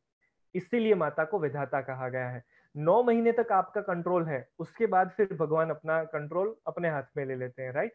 तो मदालसा रानी की कहानी में ये बात कैसे समझनी है, कहां पर ये बातें आती है, उसे हम इस तरह से समझते हैं कि जब भी मदालसा रानी कंसीव करती थी तो तुरंत ही अनाउंस कर देती कि मेरी जो होने वाली संतान है उसमें ये गुण होंगे, वो ऐसा करेगी। और पहली 3 प्रेगनेंसी के समय मदालसा रानी ने अनाउंस किया कि मेरी होने वाली संतान सन्यासी हो जाएगी। अब बड़े ताज्जुब की बात है ना कि मदालसा रानी तो रानी है, राजमहल में रहती है, राजसी जीवन जीती है, और राजसी जीवन जीने वाले इंसान की लाइफ में एक सन्यासी संतान कैसे पैदा हो सकती है? पर जैसे ही रानी अनाउंस करती, तुरंत अपनी पूरी लाइफस्टाइल चेंज कर देती, सन्यासियों जैसा भोजन लेती, सात्विक आहार, सन्यासियों की तरह ही कपड़े पहनती, सन्यासियों की तरह ही भगवान के भक्ति भाव में भजन में कथा सुनना, कीर्तन गाना, नाम स्मरण करना, तप करना, जप करना, इन सभी प्रवृत्तियों में जुड़ जाती। सन्यासी कभी किसी चीज का मोह नहीं रखते, कभी किसी चीज की अपेक्षा नहीं रखते, इच्छा नहीं रखते, तो वैसा ही जीवन वो जीना शुरू कर देती। और परिणाम स्वरूप उनकी तीनों संतान कॉन्स्टेंटली जैसे जैसे जन्म लेती, बड़ी होती और संन्यास ले लेती, जंगल में, वन में चली जाती। इस बात से चिंतित होकर राजा ऋतुध्वज रानी मदालसा के पति रानी के पास आते हैं और विनती करते हैं कि हे रानी, अब आप कृपा कर कर मुझे ऐसे संतान की भेंट दीजिए कि जो राजा बन सके। अब पहली बार जब हमने ये कहानी सुनी ना, तब तो बहुत हंसना आया कि ये कोई थोड़ी खेलना है कि चलो आज भिंडी की नहीं आलू की सब्जी बना दो। तो ये तो मुमकिन है भाई, आप फ्रिज में से भिंडी निकालने की जगह आलू निकाल कर आलू की सब्जी बना दोगे। पर सन्यासी की जगह एक राजा जैसा संतान पैदा कर दो, ये कैसे मुमकिन है? पर इस चैलेंज को भी रानी मदालसा ने तुरंत एक्सेप्ट कर लिया, और जैसे ही उन्होंने चौथी बार कंसीव किया, अनाउंसमेंट कर दिया कि ये जो होने वाली संतान है वो राजा बनेगी। और अब रानी ने क्या शुरू किया? तो एक रानी को जो शोभा देता है, एक राजसी गुणों का जो पूरा कल्चर होता है, उस प्रकार की दिनचर्या जीना शुरू कर दिया। राजमहल में जो खाना बनता था, उसी खाने को उन्होंने खाना शुरू किया। राजा को जो शोभा देती हैं ऐसी जो क्रियाएं हैं, घोड़ेसवारी, युद्ध नीति, राजनीति, इन सब चीजों को समझना, सीखना, पढ़ना शुरू किया। रानी ने तलवारबाजी सीखना शुरू किया। राजनीति के जो अलग अलग दावपेच होते हैं, उन सब चर्चाओं में राज्यसभा में सम्मिलित होना शुरू कर दिया राजा के साथ। तो इस तरह से अपनी पूरी दिनचर्या को उन्होंने बदल दिया, और उसके फलस्वरूप अलर्क राजा का जन्म हुआ। और अलर्क इतने महान राजा बने कि उनकी राजनीतिक सूझबूझ के किस्से आज भी सुने और कहे जाते हैं। तो रानी मदालसा को इसीलिए तमाम गर्भवती माताओं के लिए आदर्श गिना जाता है कि रानी मदालसा ने हर एक माता को एक पावरफुल संदेश ये दिया है कि माता के हाथ में है कैसी संतान को जन्म देना। माता चाहे तो अपनी दोनों संतान के अंदर भिन्न भिन्न प्रकार के गुणों का सिंचन कर सकती हैं, अपनी दिनचर्या को कन्वर्ट करके, राइट? तो यहां पर मैं आप सभी से एक सवाल पूछूंगा कि आप क्या चाहते हैं? आप अपनी संतान में किस प्रकार के गुणों का सिंचन करना चाहते हैं? कोई भी एक गुण याद कर कर आप लिखिए, राइट? कोई भी एक गुण ऐसा लिखिए कि जो आप चाहते हैं कि यस, ये गुण तो 100% मेरी संतान में होना ही चाहिए। Positive thinking, good nature, brave, बहादुर होना चाहिए। राहुल जी कह रहे हैं सत्यवादी होना चाहिए, यस वेरी गुड, सत्य बोलना चाहिए। बुद्धिमान होना चाहिए, पंकज जी कह रहे हैं।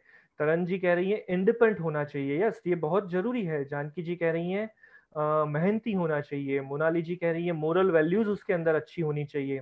अंकिता जी कह रही है सहनशीलता होनी चाहिए, यस सहनशीलता बहुत जरूरी है। प्रगति जी कह रही है लीडरशिप स्किल्स होनी चाहिए। एक अच्छा ह्यूमन होना चाहिए, शैली जी यस ये बहुत जरूरी है। एक अच्छा इंसान होना चाहिए, देशभक्त होना चाहिए, हेल्पिंग नेचर होना चाहिए, रिस्पेक्टफुल होना चाहिए, शीतल जी ने कहा, यस वेरी गुड। आप सब बिल्कुल सही चीजें सोच रही हैं। आपने कल का सेशन सच में बहुत परफेक्ट तरीके से समझा है। एक हैप्पी लाइफ के लिए यही सारे गुण जरूरी है। देखिए कोई भी ऐसा नहीं लिख रहा है कि पैसे वाला होना चाहिए, या उसके पास ऑडी होनी चाहिए, मर्सिडीज होनी चाहिए, एंटेलिया होना चाहिए, अंबानी जी का जो घर है सबसे बड़ा, या लास वेगस या लॉस एंजलिस में कोई बंगला होना चाहिए। ऐसा कोई भी नहीं लिख रहा है यहाँ पर। बड़े ताज्जुब की बात है, और साथ ही साथ गर्व की भी बात है कि हम सभी बिल्कुल सही दिशा में आगे बढ़ रहे हैं। Respect to the others, yes very good. तो देखिए आज हमने 4 अलग अलग कहानियों द्वारा गर्भ संस्कार के अलग अलग लाभ को समझा। कल वाले सेशन में भी हम ऐसे ही कुछ और स्टोरीज लेंगे और गर्भ संस्कार के लाभ को समझेंगे। पर आज का ये थियोरेटिकल सेशन हम यहाँ पर कंप्लीट करते हैं, और अब हम बढ़ते हैं एक्टिविटीज सेगमेंट की तरफ। तो जैसे कि हम रोज गर्भ संवाद कर रहे थे, आज हम करने वाले हैं गर्भ प्रार्थना। तो सेम उसी तरह पेट पर हम हाथ रखेंगे, भगवान को याद करेंगे, और आज हम भगवान से बातें करने वाले हैं। बच्चे के लिए हमारे मन में भगवान से क्या प्रार्थना है, हम भगवान से क्या डिमांड करते हैं हमारे होने वाली संतान के लिए, इन विचारों को हम आज डिस्कस करने वाले हैं। तो यस, आप सभी रेडी हो जाइए। मदर फादर साथ में है तो दोनों के हाथ पेट पर, और हम जिन भी इष्ट देव को, जिन भी भगवान की में श्रद्धा रखते हैं, जिनको मानते हैं, उनको याद करते हुए यहाँ से मैं एक वीडियो प्ले करूंगा, उससे हम बहुत ध्यान से सुनेंगे और रिसाइट करेंगे अपने मन में, ईश्वर से प्रार्थना करेंगे कि उनके जैसा परमात्मा, उनके जैसी श्रेष्ठ संतान हमें भेंट करें।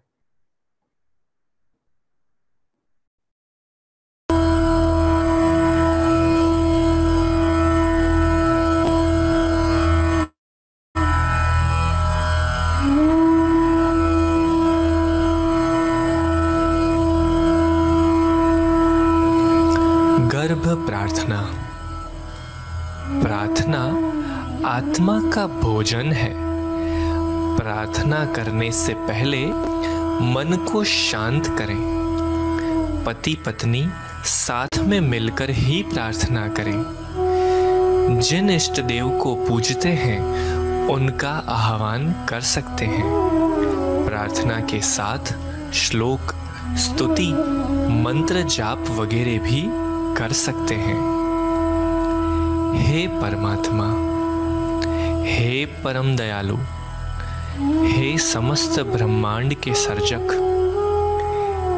हे समस्त सृष्टि के पालनहार, हम दोनों भी आप ही के अंश हैं।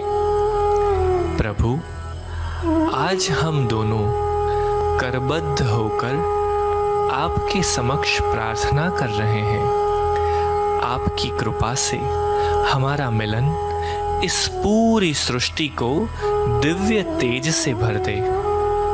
श्रेष्ठ आत्मा के जन्म का हम निमित्त बन सकें। हे भगवान, आपके जैसे दिव्य गुण और शक्तियों के धारक ऐसे महान संतान के माता पिता बनने का हमें सौभाग्य दे।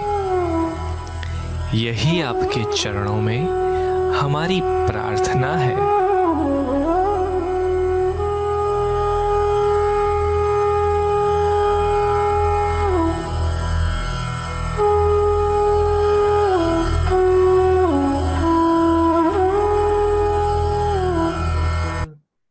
रिलैक्स होकर एकदम शांति से हम हमारी आंखें वापस खोलेंगे और नेचुरल पोजीशन में आएंगे।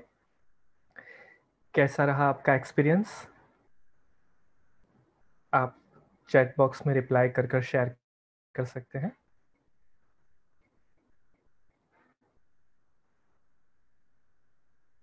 Yes, nice, peaceful, good, exactly. अच्छा, देखिए, कोई भी कार्य जब तक हम उसका प्रेशर हमारे पर रखते हैं, उसके लिए हम अपने आप को जिम्मेदार रखते हैं, तब तक वो कार्य हम पर भार बन जाता है।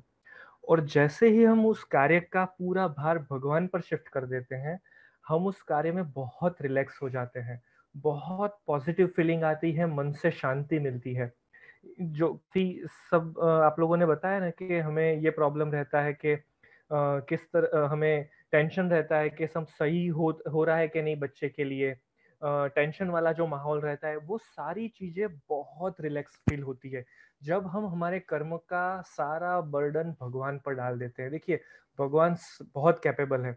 उन्होंने गोवर्धन पर्वत भी उठा लिया था ना अकेले, तो हमारे टेंशनों का बोझ नहीं उठा लेंगे। तो हमारा काम यही है कि हम कर्म करें और भगवान पर सब कुछ डाल दे, तो आंतरिक शांति का भी एहसास होगा। यस जतिन जी, आप बिल्कुल सही कह रहे हैं कि जब हम इस तरह से भगवान को प्रार्थना करते हैं ना, तो अंतर में बहुत शांति फील होती है। जो भी टेंशन होते हैं, जो भी नेगेटिव विचार होते हैं, वो पल में गायब हो जाते हैं। राइट? तो इस तरह से हमें कॉन्स्टेंटली ये प्रार्थना करनी चाहिए। हमारा जो फेसबुक चैनल है, यूट्यूब चैनल सॉरी, उस पर ये सारी प्रार्थना, गर्भ संवाद, काफी सारा मटेरियल हमने ऑलरेडी दिया हुआ है। गर्भ संस्कार गुरु एप्लीकेशन में भी ये वीडियोस दिए हुए हैं, तो आप इन एप्लीकेशंस का, इन यूट्यूब चैनल्स का रेगुलर उपयोग कर सकते हैं, ताकि इन चीजों को आप रूटीन में कर सकें। राइट? चलिए, अब हम आगे बढ़ते हैं आज की एक्टिविटीज की ओर। तो आज की सबसे पहली एक्टिविटी है, हमें आज कुछ लिस्ट बनाने हैं। तो अब आप आपका नोट, पेन, जो भी है आपके पास, डायरी वगैरह, उससे रेडी कर लीजिए। अगर आपके हाथ के साथ नहीं है अभी एक्टिविटीज में, तो उन्हें बुला लीजिए, उनकी बहुत जरूर पड़ने वाली है आज, क्योंकि आज हम सारा कंट्रोल आपके हाथ में नहीं देने वाले। हस्बैंड वाइफ को दोनों को कंट्रोल मिलने वाला है। नॉर्मली पति को बेचारों को बोलने का मौका नहीं मिलता, तो आज उनका भी मुंह खुलवाएंगे हम। तो आप फटाफट अपने हस्बैंड को साथ में बुला लीजिए। और जो फ्रेंड्स हमारे साथ जूम पर जुड़े हुए हैं, उन्हें मैं कहूंगा कि स्क्रीन को आप इस तरह से सेट करिए कि हस्बैंड वाइफ दोनों दिखें। ओके? हम आपके हस्बैंड के भी आज दर्शन करना चाहेंगे। यस। और फेसबुक पर जो हमारे साथ फ्रेंड्स हैं, उन्हें भी मैं कहूंगा कि आप भी अपने हस्बैंड को साथ में ले लीजिए। हस्बैंड वाइफ दोनों अगर साथ में देख रहे हैं तो बहुत ही बढ़िया बात है ये। यस, हम यहाँ पर देख पा रहे हैं राधा कृष्ण जोड़ी से सीता राम सब साथ में इकट्ठे हो गए हैं, और हम उनके भी दर्शन करते हुए आगे की एक्टिविटी में बढ़ेंगे। Yes, most welcome to the all papas expecting fathers. Yes, तो अब हम जो एक्टिविटी कर रहे हैं उसमें हमें ये करना है कि हम बेबी में कौन सी क्वालिटीज लाना चाहते हैं, उन क्वालिटीज का लिस्ट बनाना है। राइट? तो सिर्फ मम्मा ही लिस्ट नहीं बनाएगी, पापा की बातें भी यहाँ पर सुननी है आपको। पापा भी सजेशंस देंगे, और आप दोनों को साथ में मिलकर एक लिस्ट बनाना है कि आप अपने होने वाली संतान में कौन से गुण चाहते हैं। राइट?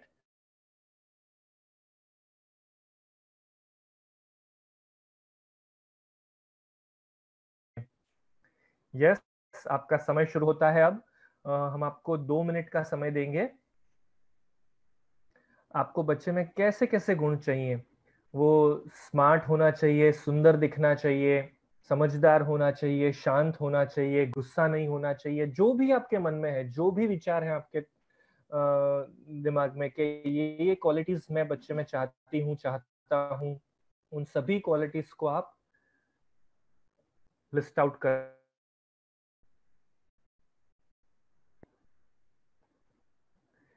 यस, आपको अपनी डायरी में नोट पेन में लिखना है, क्योंकि वन बाय वन हम 3 प्रकार के लिस्ट बनाएंगे और अल्टीमेटली हमारे पास कुछ अजूबा आने वाला है हाथ में। हमें बहुत क्लियरली पूरा पाथ मिलने वाला है कि किस तरह से हमें हमारा कोर्स डिजाइन करना है, किस तरह से हमें गर्भ संस्कार का पालन करना है। राइट?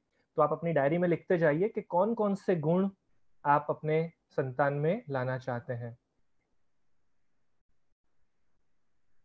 यस, और जैसे ही आपका लिस्ट तैयार हो जाए, आप चैट बॉक्स में अपना लिस्ट शेयर करना शुरू कर दीजिएगा। यस, आरती जी ने लिस्ट बनाना शुरू कर दिया है। तरन जी, दृष्टि जी, जतिन जी ऑफिस से जुड़े हुए हैं, और खुशी जी घर पर हैं। तो हस्बैंड वाइफ दोनों अलग अलग जगह से जुड़े हुए हैं, पर दोनों एक्टिव हैं। कॉन्ग्रेचुलेशंस, बहुत बहुत शाबाशी आप दोनों को कि आप दोनों बहुत एक्टिव हैं, अपने बेबी के लिए जागरूक हैं। यस, पंकज जी भी हस्बैंड वाइफ साथ में जुड़े हुए हैं यहाँ पर। काफी सारे फ्रेंड्स हस्बैंड वाइफ साथ में आ गए हैं। यस, अंकिता जी भी अपने हस्बैंड के साथ यहाँ पर है हमारे साथ।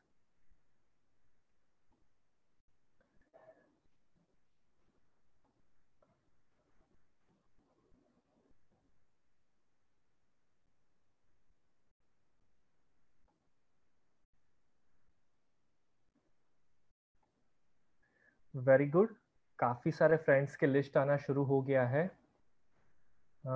यस, आप फटाफट चैट बॉक्स में रिप्लाई कर कर डाल सकते हैं। यस, ग्रेट, काफी परफेक्ट लिस्ट मैं देख रहा हूँ यहाँ पर। बहुत डिटेल लिस्ट बन रही है। कैरिंग, इंटेलिजेंट, रिस्पेक्टफुल, ये मदर ने बताया, हस्बैंड बता रहे हैं good human being and honest. Yes,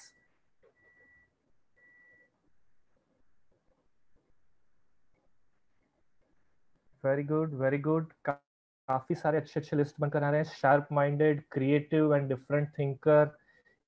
yes, यहाँ राजेश जी ने ये लिस्ट बनाकर हमें भेजा है फेसबुक पर। अनुपम जी का भी लिस्ट तैयार हो चुका है। प्रगति जी का लिस्ट तैयार हो चुका है। मनाली जी का लिस्ट तैयार हो चुका है। जयश्री जी का भी बहुत अच्छा लंबा चौड़ा लिस्ट आया है। Yes, very good. धारा जी का लिस्ट ऑलमोस्ट डन हो चुका है।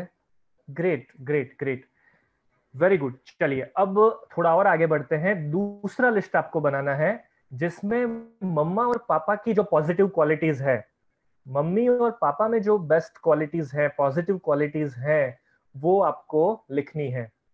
और मम्मा को मैं खास यहाँ पर कहूंगा कि पापा में भी कुछ ना कुछ अच्छा होगा। सो आप गौर से देखिएगा, आप याद करने की कोशिश करिएगा। सिर्फ कंप्लेन ही नहीं होती है हर बार, पापा में कुछ अच्छी बातें भी होती ही 100%।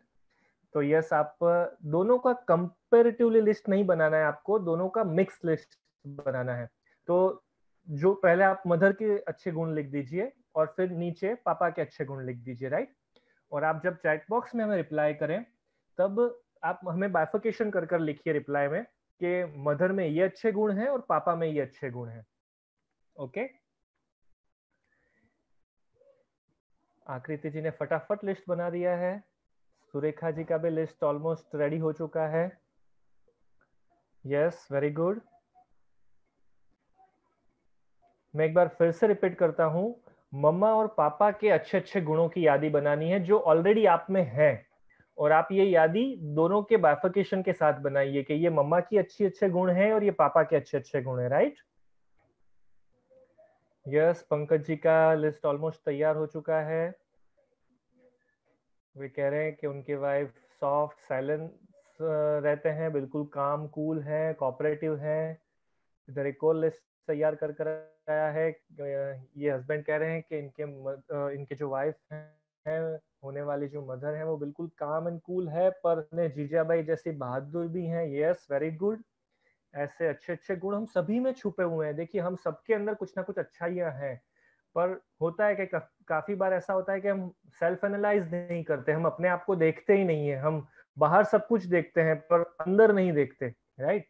और आईना हमें हमारा चेहरा दिखाता है, पर भीतर का जो आईना है वो हमें अंतर्दृष्टि के साथ ही खुद देखना पड़ता है, राइट। तो बस ऐसी ही कुछ प्रैक्टिस हम यहाँ पर कर रहे हैं। तरन जी का भी पूरा लिस्ट रेडी हो गया है। शी इज सेइंग कि वो कैरिंग है, रिस्पेक्ट देती हैं सबको। वैसे ही उन्होंने हस्बैंड का भी लिस्ट तैयार कर दिया है। यहाँ पर अनुपमा जी का लिस्ट तैयार हो चुका है। प्रगति जी का भी लिस्ट रेडी हो चुका है, वेरी गुड। जतिन जी, खुशी जी का लिस्ट भी रेडी है। Great great great. चलिए अब हम तीसरा लिस्ट बनाते हैं। तीसरा लिस्ट आपको ये बनाना है कि आपको अपनी ऐसी क्वालिटीज को आइडेंटिफाई करना है जिन्हें आप इंप्रूव करना चाहते हैं।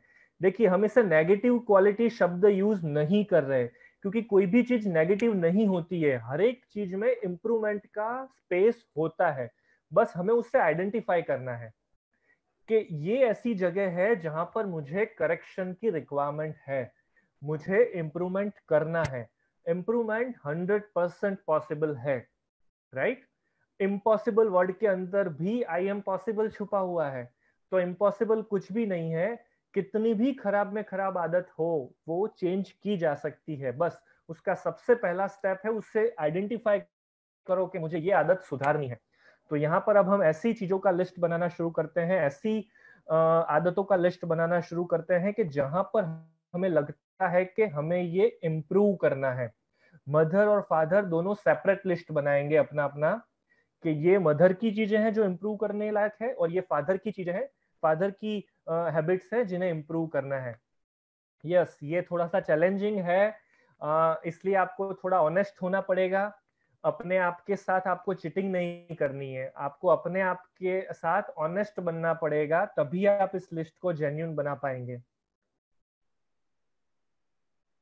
और ये चीज करने के लिए देखिए, ये भी नहीं करना है कि चलो आप ये लिखो, ये भी तो आपकी परेशानी है, आप यहाँ पर भी तो गड़बड़ करती हैं। नहीं, आपको एक दूसरे को नहीं देखना है, अपने आप को देखना है, भीतर देखना है, राइट। आपको हस्बैंड को वाइफ में और वाइफ को हस्बैंड में गलतियां नहीं निकालनी है यहाँ पर, राइट। यहाँ पर हमें झगड़ा नहीं शुरू करना है, बोलना है।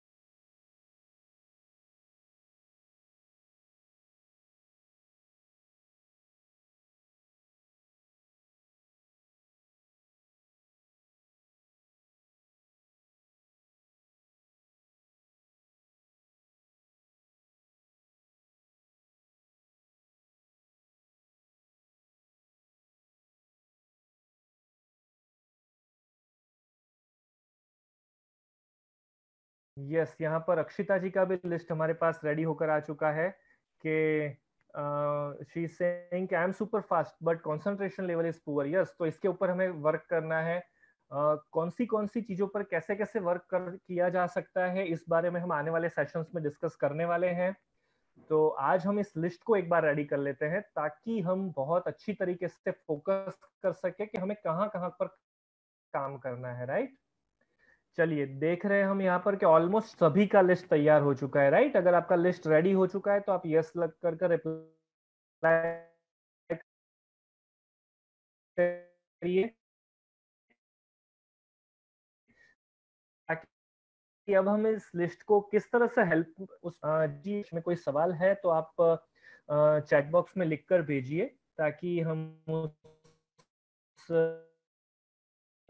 चीज को भी डिस्कस कर सके। सभी तैयार हो चुका है, रिप्लाई आना ऑलमोस्ट जूम पर तो सभी के लिस्ट रेडी हो चुके हैं।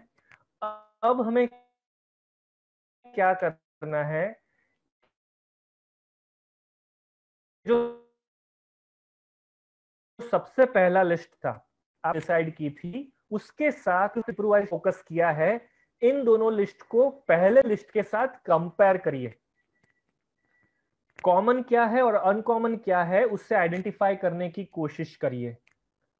राइट, मैं वापस रिपीट करता हूं, जो सबसे पहला लिस्ट आपने बनाया था डिजायर्ड बेबीज क्वालिटी, उस लिस्ट को आप अपने हस्बैंड वाइफ के जो गुणों की यादी आपने बनाई है, जो पॉजिटिव गुणों की यादी है वो, और जो इम्प्रोवाइजेशन करने लायक गुणों की यादी है वो, इन दोनों के साथ कंपेयर करिए और मुझे बताइए कि आपने कंपैरिजन में क्या नोटिस किया।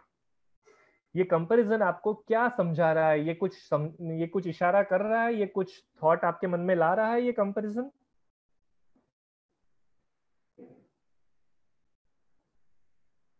यस, यहाँ पर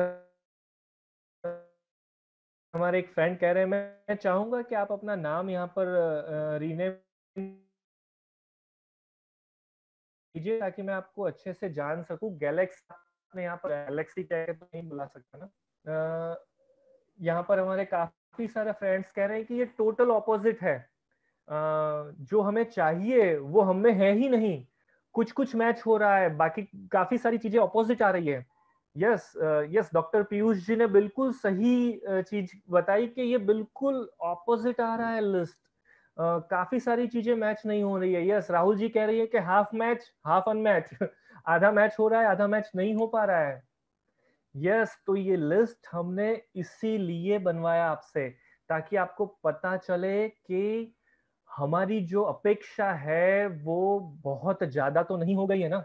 हम चाहते हैं सुपरमैन और यार सुपर वुमेन, और हम उस मुताबिक रेडी नहीं है। तो यहाँ हमें पता चलेगा कि मंजिल कितनी दूर है या कितने एफर्ट्स करने की रिक्वायरमेंट है। राइट, तो यहाँ पर अब हमें इस लिस्ट को इस तरह से समझना है, इसको इस तरह से एनालाइज करना है कि जो चीजें हमने बच्चे में चाही है उनमें से जो चीजें आप में है वो तो आप में है, इसलिए बच्चे में आने वाली है। जेनेटिकल ट्रांसफॉर्मेशन ऑब्वियसली होने वाला है। जो चीजें आप में कम है पर आप इंप्रूव कर कर ला सकते हैं और वो लिस्ट को भरपाई कर दे, तो वो आपका वर्क हो गया कि जिस पर आपको स्टार्ट करना है काम करना। और अब तीसरी चीज आपको यहां पर यह आइडेंटिफाई होगी कि जो आप में है भी नहीं, आप में इंप्रूव करने का भी स्कोप नहीं है क्योंकि वो चीज है ही नहीं आप में, और फिर भी आपको बच्चे में चाहिए, तो वो चीजें भी आपको अपनी दिनचर्या में अब इंक्लूड करना शुरू करनी पड़ेगी। तो यहां पर आपका पूरा गोल डिसाइड हो जाता है कि इस दिनचर्या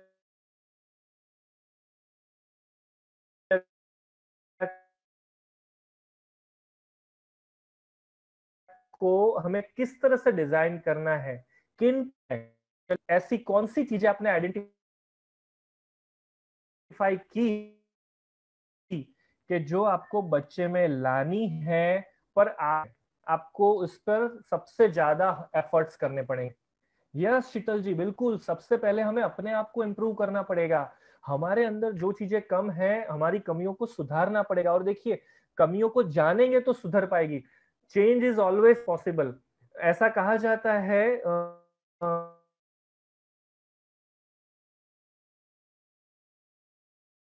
साइकोलॉजी में 21 डे को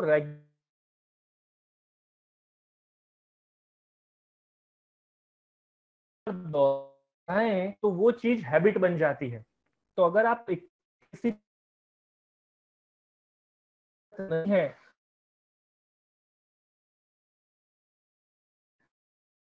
इस तरह से इम्प्रूव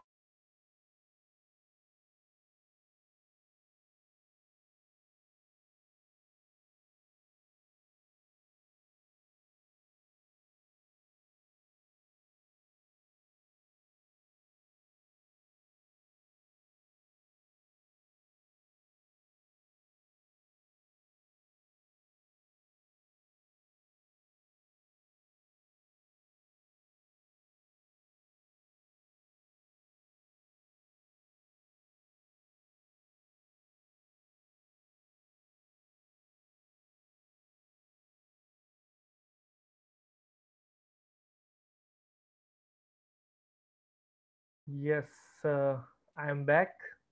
आई थिंक आज भगवान बहुत अच्छी तरीके से हमारी परीक्षा ले रहे हैं कि देखो ये सारी अड़चनों के बावजूद भी कौन टिकता है और कौन भाग जाता है। पर भगवान की परीक्षा में आज हम सभी को उत्तीर्ण होना है। हम कोई भी यहाँ से भाग नहीं रहे हैं, कोई भी इस दुविधा में बोर नहीं हो रहे, और हम कोशिश किए जा रहे हैं कि यस नो प्रॉब्लम, दीजिए भगवान जितने भी विघ्न दे सकते हैं, हम तो अडिखम खड़े रहेंगे। यस, तो हम ये बात कर रहे थे कि हम ये जो लिस्ट बना रहे हैं उसका सबसे बड़ा इंपॉर्टेंट सेगमेंट ये हमें समझना है कि करेक्शन पॉसिबल है, पर जब तक हमें खुद पता नहीं चलेगा कि हमें क्या करेक्शन करना है, तब तक हम एग्जैक्ट दिशा में काम नहीं कर पाएंगे। एग्जाम्पल के तौर पर एक इंसान सुबह उठकर चलना शुरू करता है और 2 घंटे चलता है, 3 घंटे चलता है, 4 घंटे चलता है, चलता ही चला जाता है। कहाँ पहुंचेगा भगवान जाने, क्योंकि उसने तय ही नहीं किया उसे कहाँ जाना है। राइट, तो स्टेमिना, एनर्जी, सब कुछ वेस्ट हो रहा है। पर अगर एक इंसान तय कर लेता है कि मुझे उठकर मंदिर पहुंचना है, तो वो मंदिर की दिशा में चलेगा। इतना ही उसे एनर्जी इन्वेस्ट करना होगा कि जो उसे मंदिर तक पहुंचने में काम लगने वाला है। बाकी की एनर्जी वो सेव करेगा और नेक्स्ट डेस्टिनेशन डिजाइन करेगा। तो इस तरह से हम स्टेप बाय स्टेप हमारे गोल्स को डिसाइड कर सकते हैं और वन बाय वन उन गोल्स को अचीव करने की दिशा में आगे बढ़ सकते हैं। साथ ही साथ हमें एक और चीज को समझना है कि जितने भी गोल हम डिसाइड करेंगे, उन्हें कन्वर्ट करने के लिए एक पावरफुल साइकोलॉजी हमें अप्लाई करनी है। और वो साइकोलॉजिकल रूल ये कहता है कि कोई भी अच्छी आदत हमें अगर डालनी है तो रूल ऑफ 21 डे हमें याद रखना है। Rule of 21 day, rule of 21 day क्या कहता है कि अगर कोई भी अच्छी आदत आप 21 दिन तक कॉन्स्टेंटली फॉलो करते हैं तो वो आदत आपकी रूटीन बन जाती है। जैसे कि अगर आप 21 दिन तक कॉन्स्टेंटली सुबह 7 बजे उठने की प्रैक्टिस करते हैं, 22वें दिन अपने आप बॉडी का इंजीनियरिंग है, ऐसा बायोलॉजिकल इंजीनियरिंग बॉडी के अंदर कि अगर बॉडी किस दिन तक कोई चीज अगर रूटीन में करती है, पार्ट बन जाती है, करना शुरू कर सकते हैं। इतना स्वाभाविक वो चीज बन जाती है। समअप करते हैं। मैं आशा रखता हूं कि आप सभी को ये बात प्रॉपरली समझ में आई होगी। एक बार फिर से हम थोड़ा वॉइस चेकिंग कर लेते हैं। आपको सभी को हमारा वॉइस प्रॉपरली आ रहा है? आपको स्क्रीन शेयरिंग जो हमने किया हुआ है वो अच्छी तरीके से दिख रहा है? Everything is normal now? Yes, बीच में थोड़ा सा टेक्निकल क्वेरी आया था तो हमारा डिस्टर्बेंस हुआ था, पर नाउ इट इज स्मूथ, सब कुछ सही चल रहा है। Great great great great. तो चलिए अब हम आगे बढ़ते हैं एक और बहुत इंपॉर्टेंट थॉट के साथ, जो विचार आज हम आपसे शेयर करना चाहते हैं।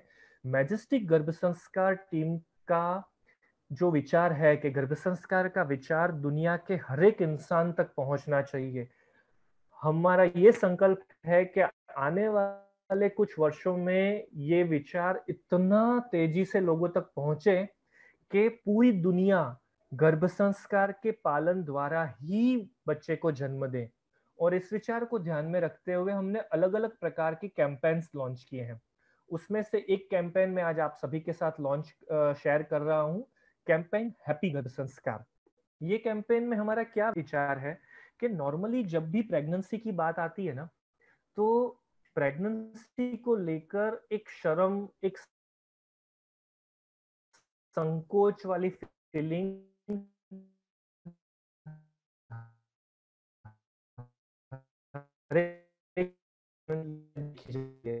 स्पेशल बेबी, लोग मुझे देखकर क्या बोलेंगे, क्या सोचेंगे, ये सारे विचार बहुत स्वाभाविक तौर पर होते हैं।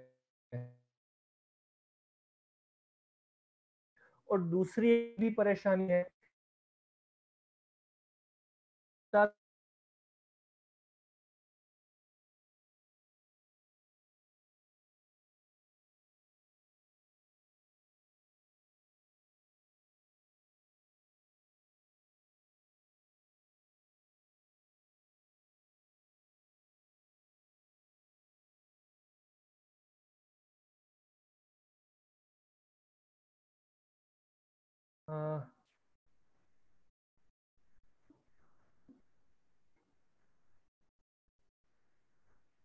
Everything is fine now. अब प्रॉपर्ली यस, अब आप सब सुन पा रहे हैं? Screen is on, right? Okay, extremely sorry, आज कुछ ज़्यादा ही टेक्निकल इश्यूज आ रहे हैं, बट आप सभी का जो हौसला है, आप सभी की जो पेशेंस है, ये सच में रिस्पेक्ट के भी हमारे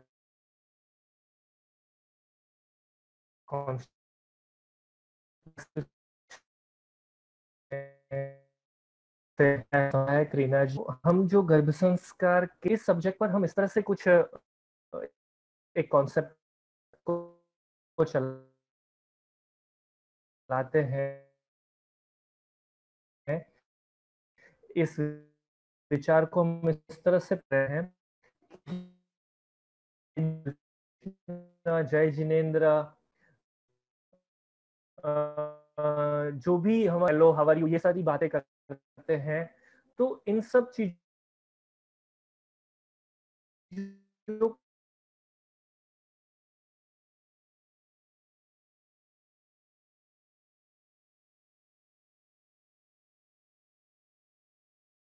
यस, हैप्पी गर्भ संस्कार कहकर हम हर एक प्रेग्नेंट लेडीज को ग्रीट करना शुरू करें, ऐसा एक कल्चर हम शुरू करने की मुहिम लगाकर इस कॉन्सेप्ट को लॉन्च करते हैं कि ये कॉन्सेप्ट इतना प्रचलित हो जाना चाहिए कि कोई भी इंसान किसी अनजान प्रेग्नेंट लेडी को भी अगर मिलता है ना, तो वो उन्हें हैप्पी गर्भ संस्कार कहकर ही विश करना चाहिए, राइट? तो इस तरह का एक कल्चर हम शुरू करना चाहते हैं। इसके बहुत सारे फायदे हैं। देखिए, सबसे पहली बात तो अगर गर्भ संस्कार की बात अगर वो नहीं जानती है लेडी, तो हैप्पी गर्भ संस्कार शब्द सुनकर उनके मन में गर्भ संस्कार के विचार को सुनने के लिए क्यूरियोसिटी जगेगी।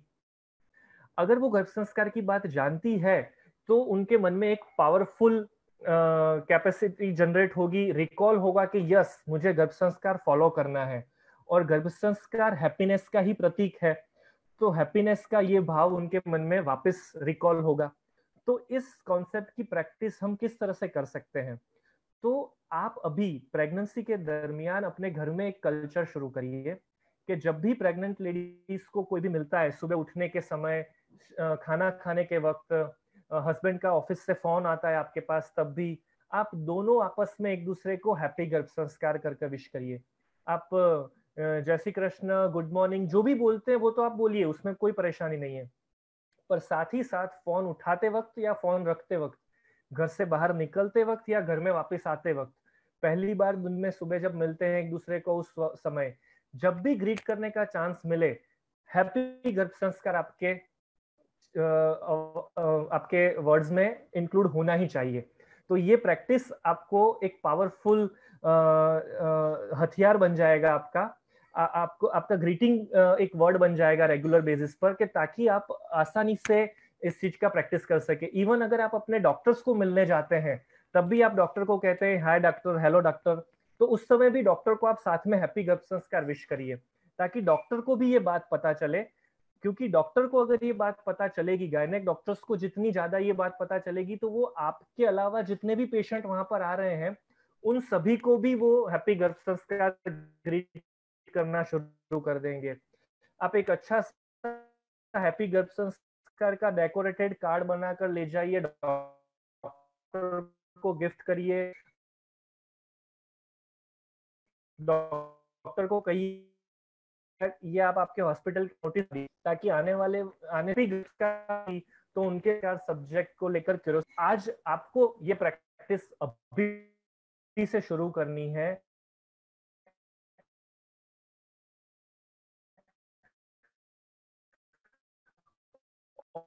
और आप जो भी सब हर एक पोस्ट के साथ करेंगे। तो चलिए इस प्रैक्टिस को आज से ही शुरू करते हैं। हैप्पी गर्भ संस्कार, हैशटैग हैप्पी गर्भ संस्कार आप सभी को लिखकर चैट बॉक्स में लाएं। हैप्पी गर्भ संस्कार हैशटैग लिखकर आप सभी को रिप्लाई करना है। ये हैशटैग लिखने की परंपरा हम इसलिए इस्तेमाल कर रहे हैं कि क्योंकि जो भी ये टेक्नोलॉजिकल वर्ड है, सोशल मीडिया है, उसमें हैशटैग वर्ड जो होते हैं वो बहुत जल्दी लोगों में प्रचलित हो जाते हैं, और हम सभी चाहते हैं कि गर्भ संस्कार का कॉन्सेप्ट प्रचलित हो जाए, हर घर में ये कॉन्सेप्ट पहुंच जाना चाहिए। Great, thank you so much. आप सभी ने हैप्पी गर्भ संस्कार लिखना शुरू कर दिया है। और अब हम आज के लास्ट सेगमेंट पूजन विधि के प्रोग्राम में जुड़ते हैं। काफी सारी दुविधाएं और परेशानियों का सामना करते हुए हम आज थोड़ा सा सेशन कट ऑफ करेंगे। कुछ एक दो एक्टिविटीज आज हम जिन्हें हम कल लेंगे, हम मिस नहीं कर। जो पूजा की थाली लेकर बैठने के लिए कहा था, आप उससे रेडी कर लीजिए। अगर आपने दिया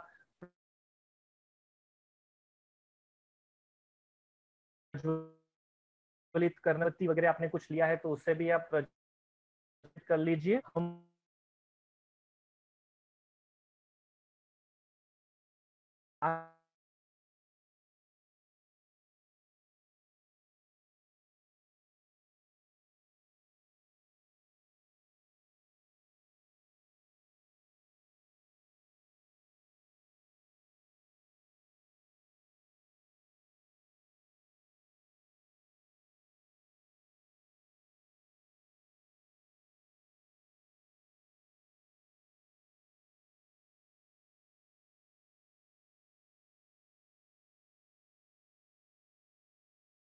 यस, आज थोड़ा ज़्यादा ही प्रॉब्लम आ रहा है हमें, तो अगर आप सब चाहें तो हम इसे कंटिन्यू करें, या फिर कल थोड़ा रूटीन इंटरनेट होगा, नॉर्मल प्रॉब्लम, ये प्रॉब्लम कम होगी, ऐसी आशा के साथ हम पूजा विधि कल पर भी शिफ्ट कर सकते हैं। तो अगर आप सभी कन्वीनियंट हैं तो हम इसे अभी भी कंटिन्यू करें। आपके रिप्लाई पर हम इसे कंटिन्यू करेंगे। ओके, ग्रेट, आप सभी की तरफ से पॉजिटिव रिप्लाई आ रहे हैं। ग्रेट, हम तो बिल्कुल तैयार हैं। हमारा तो लक्ष्य ही गर्भ संस्कार के ऊपर डिपेंडेंट है, तो हमारी तरफ से कोई भी परेशानी नहीं है। हम इसे कंटिन्यू करने के लिए बिल्कुल तैयार हैं। तो चलिए भगवान से प्रार्थना कर शुरू करते हैं, ताकि इस बार कोई विघ्न न आए। आप सभी अपने इष्ट देव की पूजा शुरू करिएगा। मैं यहाँ से मंत्रोच्चार फिर से शुरू करता हूँ। गुरुर्ब्रह्मा गुरुर्विष्णु गुरुर्देवो महेश्वरः गुरुर्साक्षात् परब्रह्म तस्मै श्री गुरुवे नमः। गुरु ही ब्रह्मा, विष्णु और महेश है। गुरु ही साक्षात परब्रह्म के स्वरूप है। ऐसे गुरु को मैं नमन करता हूँ। त्वमेव माता च पिता त्वमेव, त्वमेव बंधु च सखा त्वमेव, त्वमेव विद्या द्रविणं त्वमेव, त्वमेव सर्वं मम देव देव। गर्भवती माता की और गर्भ की। तो यहाँ से फिर से हम श्लोकों का गान शुरू करेंगे और आपको घर में अगर और भी कोई सदस्य आपके साथ सम्मिलित हैं तो वे गर्भवती माता की पूजा करेंगे और फिर बाद में गर्भ की पूजा करेंगे। अगर आप अकेले हैं तो आप खुद ही अपने आप को कुमकुम का तिलक करेंगी, चावल लगाएंगी और फिर गर्भ की भी पूजा करेंगी, आपके गर्भ में पल रहे शिशु की भी पूजा करेंगी। और हमारे सबके मन में यह एक ही भाव होगा कि गर्भ की संपूर्ण तरह से सुरक्षा हो, एक श्रेष्ठ दिनचर्या का पालन कर कर एक उत्तम गुणों वाले संतान को हम जन्म दे पाएं।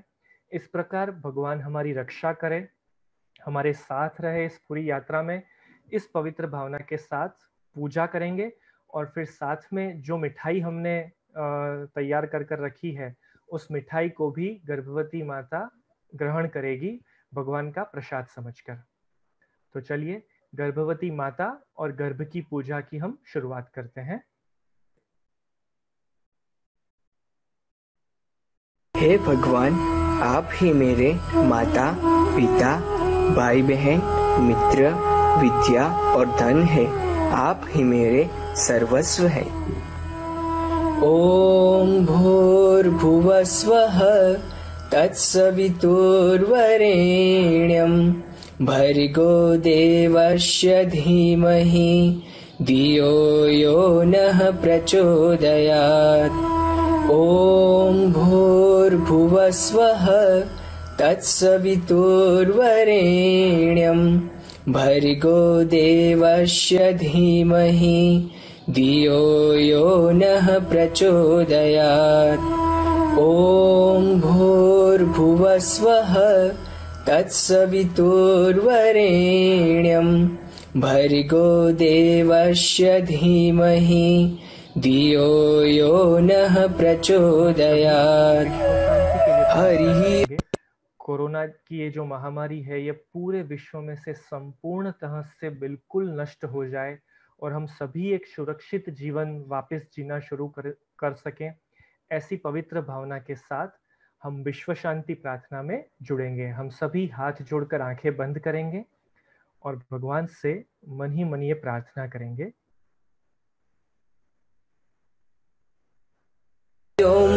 द्योः शान्तिरन्तरिक्षगु शान्तिः पृथिवी शान्तिरापः शान्तिरोषधयः शान्तिः वनस्पतयः शान्तिर्विश्वे देवाः शान्तिर्ब्रह्म शान्तिः सर्वगु शान्तिः शान्तिरेव शान्तिः सामा शान्तिरेधि। ॐ शान्तिः शान्तिः शान्तिः सुशान्तिर्भवतु सर्वारिष्टशान्तिर्भवतु। आकाश, पृथ्वी, जल, औषध, वनस्पति, देवता आदि सभी जगह शांति है। वह शांति मुझे प्राप्त हो। सर्वेत्र सुखिनः सन्तु सर्वे सन्तु निरामया सर्वे भद्राणि पश्यन्तु मा कश्चित् दुःखमाप्नुयात्। पूजा विधि को यहीं संपन्न करते हैं। आशा है कि आप सभी को बहुत आनंद मिला होगा, बहुत अच्छी तरीके से आपने इस पूजा को एंजॉय किया होगा, क्योंकि नॉर्मली ये जो लॉकडाउन का सिचुएशन है ऐसा है कि ऐसी कुछ धार्मिक प्रवृत्तियों में हम आसानी से अभी नहीं जुड़ पाते। तो इसीलिए हमने सोचा कि ऑनलाइन की कुछ लिमिटेशंस तो है, पर इस लिमिटेशन को भी थोड़ा चैलेंज कर कर हम इन धार्मिक क्रियाओं को यहाँ पर कंटिन्यू करते हैं। तो कैसा लगा आपको ये प्रयत्न, आप रिप्लाई चैट बॉक्स में लिखकर भेज सकते हैं, आपकी फीलिंग्स हमारे साथ शेयर कर सकते हैं। और अगर आपको ये अच्छा लगा हो, पसंद आया हो, तो इस क्रिया को हम फिर भी दोहराएंगे, आने वाले सेशंस में वापस रिपीट करेंगे, ताकि आप सब इन पूजा विधि का अच्छी तरीके से आनंद ले सकें। Great, very spiritual, nice, positive wise. Obviously भगवान का जहाँ पर वास है वहाँ पर पॉजिटिविटी के अलावा और कुछ हो ही नहीं सकता, तो पॉजिटिविटी तो मिलनी ही मिलनी है, जॉयफुल फीलिंग आएगी। हम ये भी जानना चाहेंगे कि आप सबने कौन सी मिठाई आज बनाई थी। खीर बनाई है, या हलवा बनाया था, या गुड़ लेकर बैठे हैं, या शक्कर लेकर आए थे, तो हम आपकी मिठाई खास जानना चाहते हैं। अरे वाह, हमारे साथ जो डॉक्टर साहब जुड़े हैं वो संदेश लेकर बैठे थे। सेजल जी ने सुखड़ी बनाई थी, अर्पिता जी ने सूजी का हलवा बनाया था, सयाली जी ने स्वीट शक्कर पारा लिया था, यस। खुशी जी गुड़ लेकर बैठे हैं। दृष्टि जी ने लड्डू बनाए थे, वाह। अम्मी जी भी गुड़ लेकर बैठी हैं। मनाली जी ने भी गुड़ का इस्तेमाल किया। पंकज जी मलाई बर्फी लेकर बैठे थे। अश्विनी जी ने खजूर की बर्फी, मुंह में पानी आ रहा है। हाँ, ये सारी मिठाइयाँ आपने घर पर बनाई है क्या? अभी तो ऑलमोस्ट सभी दुकानें बंद हैं। ग्रेट, मगस के लाडू लड्डू, यस। चांदनी जी कह रही है यस, उन्होंने घर पर बनाई थी मिठाई। Very good, very good. तो आज भगवान भी खुश हो गए होंगे, क्योंकि नॉर्मली अभी तो बहुत सिंपल सा थाल बनता है, भगवान को जो भोग लगता है वो सिंपल खाना होता है, तो भगवान को भी आज बड़ा मजा आया होगा। और हमारे गर्भ में जो गोपाल कृष्ण कन्हैया और राधा रानी जन्म ले रहे हैं, उन्हें भी आज मिठाई का स्वाद मिला होगा, मिठाई चखने को मिली होगी। तो चलिए, इसी पवित्र भावना के साथ आज के सेशन को हम समाप्त करते हैं, हमारी रूटीन प्रणालिका के साथ, कल के विनर्स के अनाउंसमेंट के साथ। चांदनी राजपूत जी बड़ौदा से, नीतू जी गुजरात से, सोनाली बगाते जी मुंबई से, निधि पटेल दुबई से, और नेहा सक्सेना जी सिलीगुड़ी से। कल हमें टोटल 1000 से ज्यादा रिप्लाईज मिले थे, और उनमें से ऑलमोस्ट 65% से प्लस आंसर्स पॉजिटिव थे, क्योंकि थोड़ा सा क्रिटिकल था कल का सवाल। व्हाट इज गर्भ संस्कार सेगमेंट के अंदर छुपा था 16 संस्कार का रहस्य, राइट? तो काफी लोगों ने उसे सही पहचान लिया था, तो उनमें से हमने टॉप 5 आंसर्स को आइडेंटिफाई किया है। जिनके पहले आंसर आए थे हमारी लिस्ट में से, उन्होंने हमें चूज किया। आज का कंपटीशन ये है, गर्भ संस्कार गुरु एप्लीकेशन के अंदर मंथली राग दिए हुए हैं। प्रेगनेंसी के कौन से महीने में कौन सा राग सुनना चाहिए, ये पूरा लिस्ट हमने एप्लीकेशन के किसी एक सेगमेंट में दिया है। ये बहुत ध्यान से आपको ढूंढना पड़ेगा, आसानी से नहीं मिलेगा, इतना इजी नहीं है, तो थोड़ा आपको मेहनत करनी पड़ेगी, एप्लीकेशन को अच्छे से ढूंढना पड़ेगा, खंगालना पड़ेगा, तब जाकर आपको ये आंसर मिलेगा। और दूसरा जो टास्क है आज का कंपटीशन का, कि आपको हैप्पी गर्भ संस्कार हैशटैग लिखकर अपने 5 मित्रों को, रिलेटिव्स को विश करना है, और ये पूरा ब्यूटीफुल कॉन्सेप्ट समझाना है। आप ऐसे फ्रेंड्स को सिलेक्ट कर सकते हैं जो ऑलरेडी प्रेग्नेंट हैं, प्लानिंग कर रहे हैं, पहले आप उनको सिलेक्ट करिएगा। और अगर ऐसे फ्रेंड्स आपको 5 पूरे नहीं मिल पाते, तो ऐसे फ्रेंड्स के जो प्रेग्नेंट,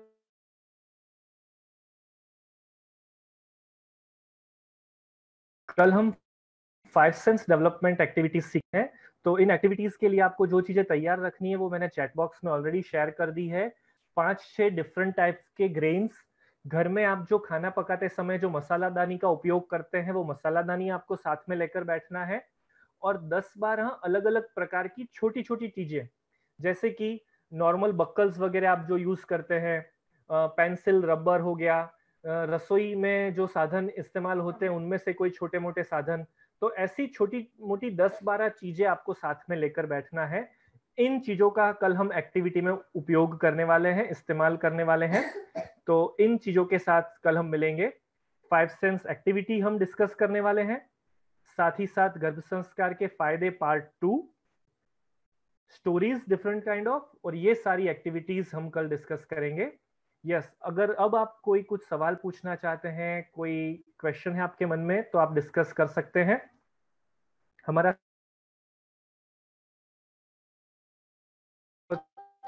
जैसे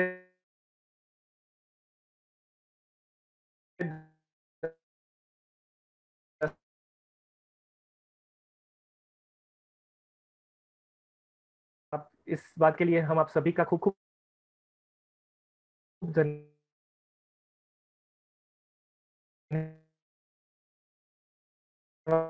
कर। स्मॉल थिंग्स के अंदर रब हो गया, पेंसिल हो गई, इयररिंग्स हो गए, बालों में जो जूड़ा वगैरह बांधने के लिए हम बकल्स वगैरह का इस्तेमाल करते हैं, ऐसी चीजें हो गई, तो ये सारी चीजें इसमें चलेगी।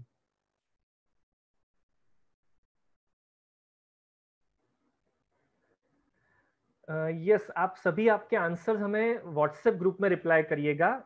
हमारा जो व्हाट्सएप नंबर है वहां पर आपके आंसर्स आपको भेजने हैं, ताकि आपको कंपटीशन में पार्टिसिपेट करने का चांस मिल सके। और जितने भी विनर्स हैं उनको उनके जो प्राइजेस हैं वो ऑलरेडी भेज दिए गए हैं, तो उन्हें वो प्राइजेस ऑलरेडी मिल चुके हैं।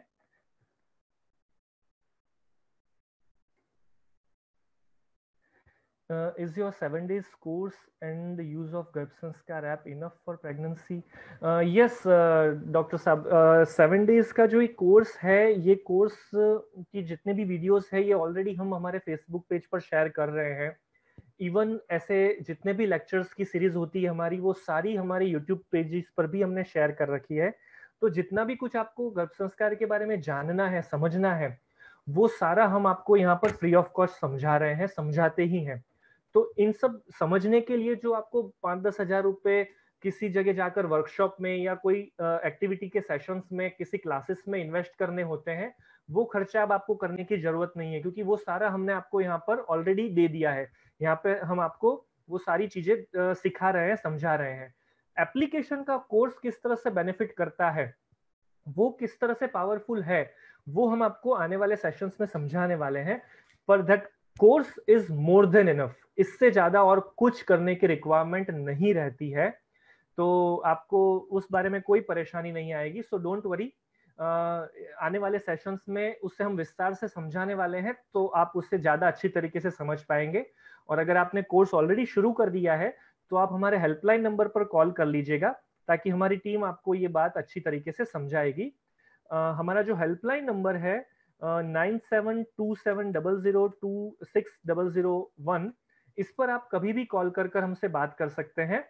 तो वहां पर हम आपको और ज्यादा जानकारी देंगे। व्हाट्सएप ग्रुप में जुड़ने के लिए आप अपना नाम, सिटी लिखकर हमें मैसेज करिए कि आप फेसबुक लाइव वाले फ्री सेशंस में जुड़े हुए हैं, तो हम आपको उस ग्रुप की लिंक भेज देंगे, तो आप उस ग्रुप में डायरेक्ट जुड़ सकते हैं।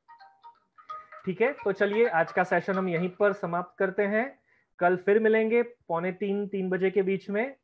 तब तक के लिए हैप्पी गर्भ संस्कार, सेफ रहिए, घर में रहिए, सुरक्षित रहिए, और हैप्पी गर्भ संस्कार बोलने की प्रैक्टिस अभी से शुरू करिए।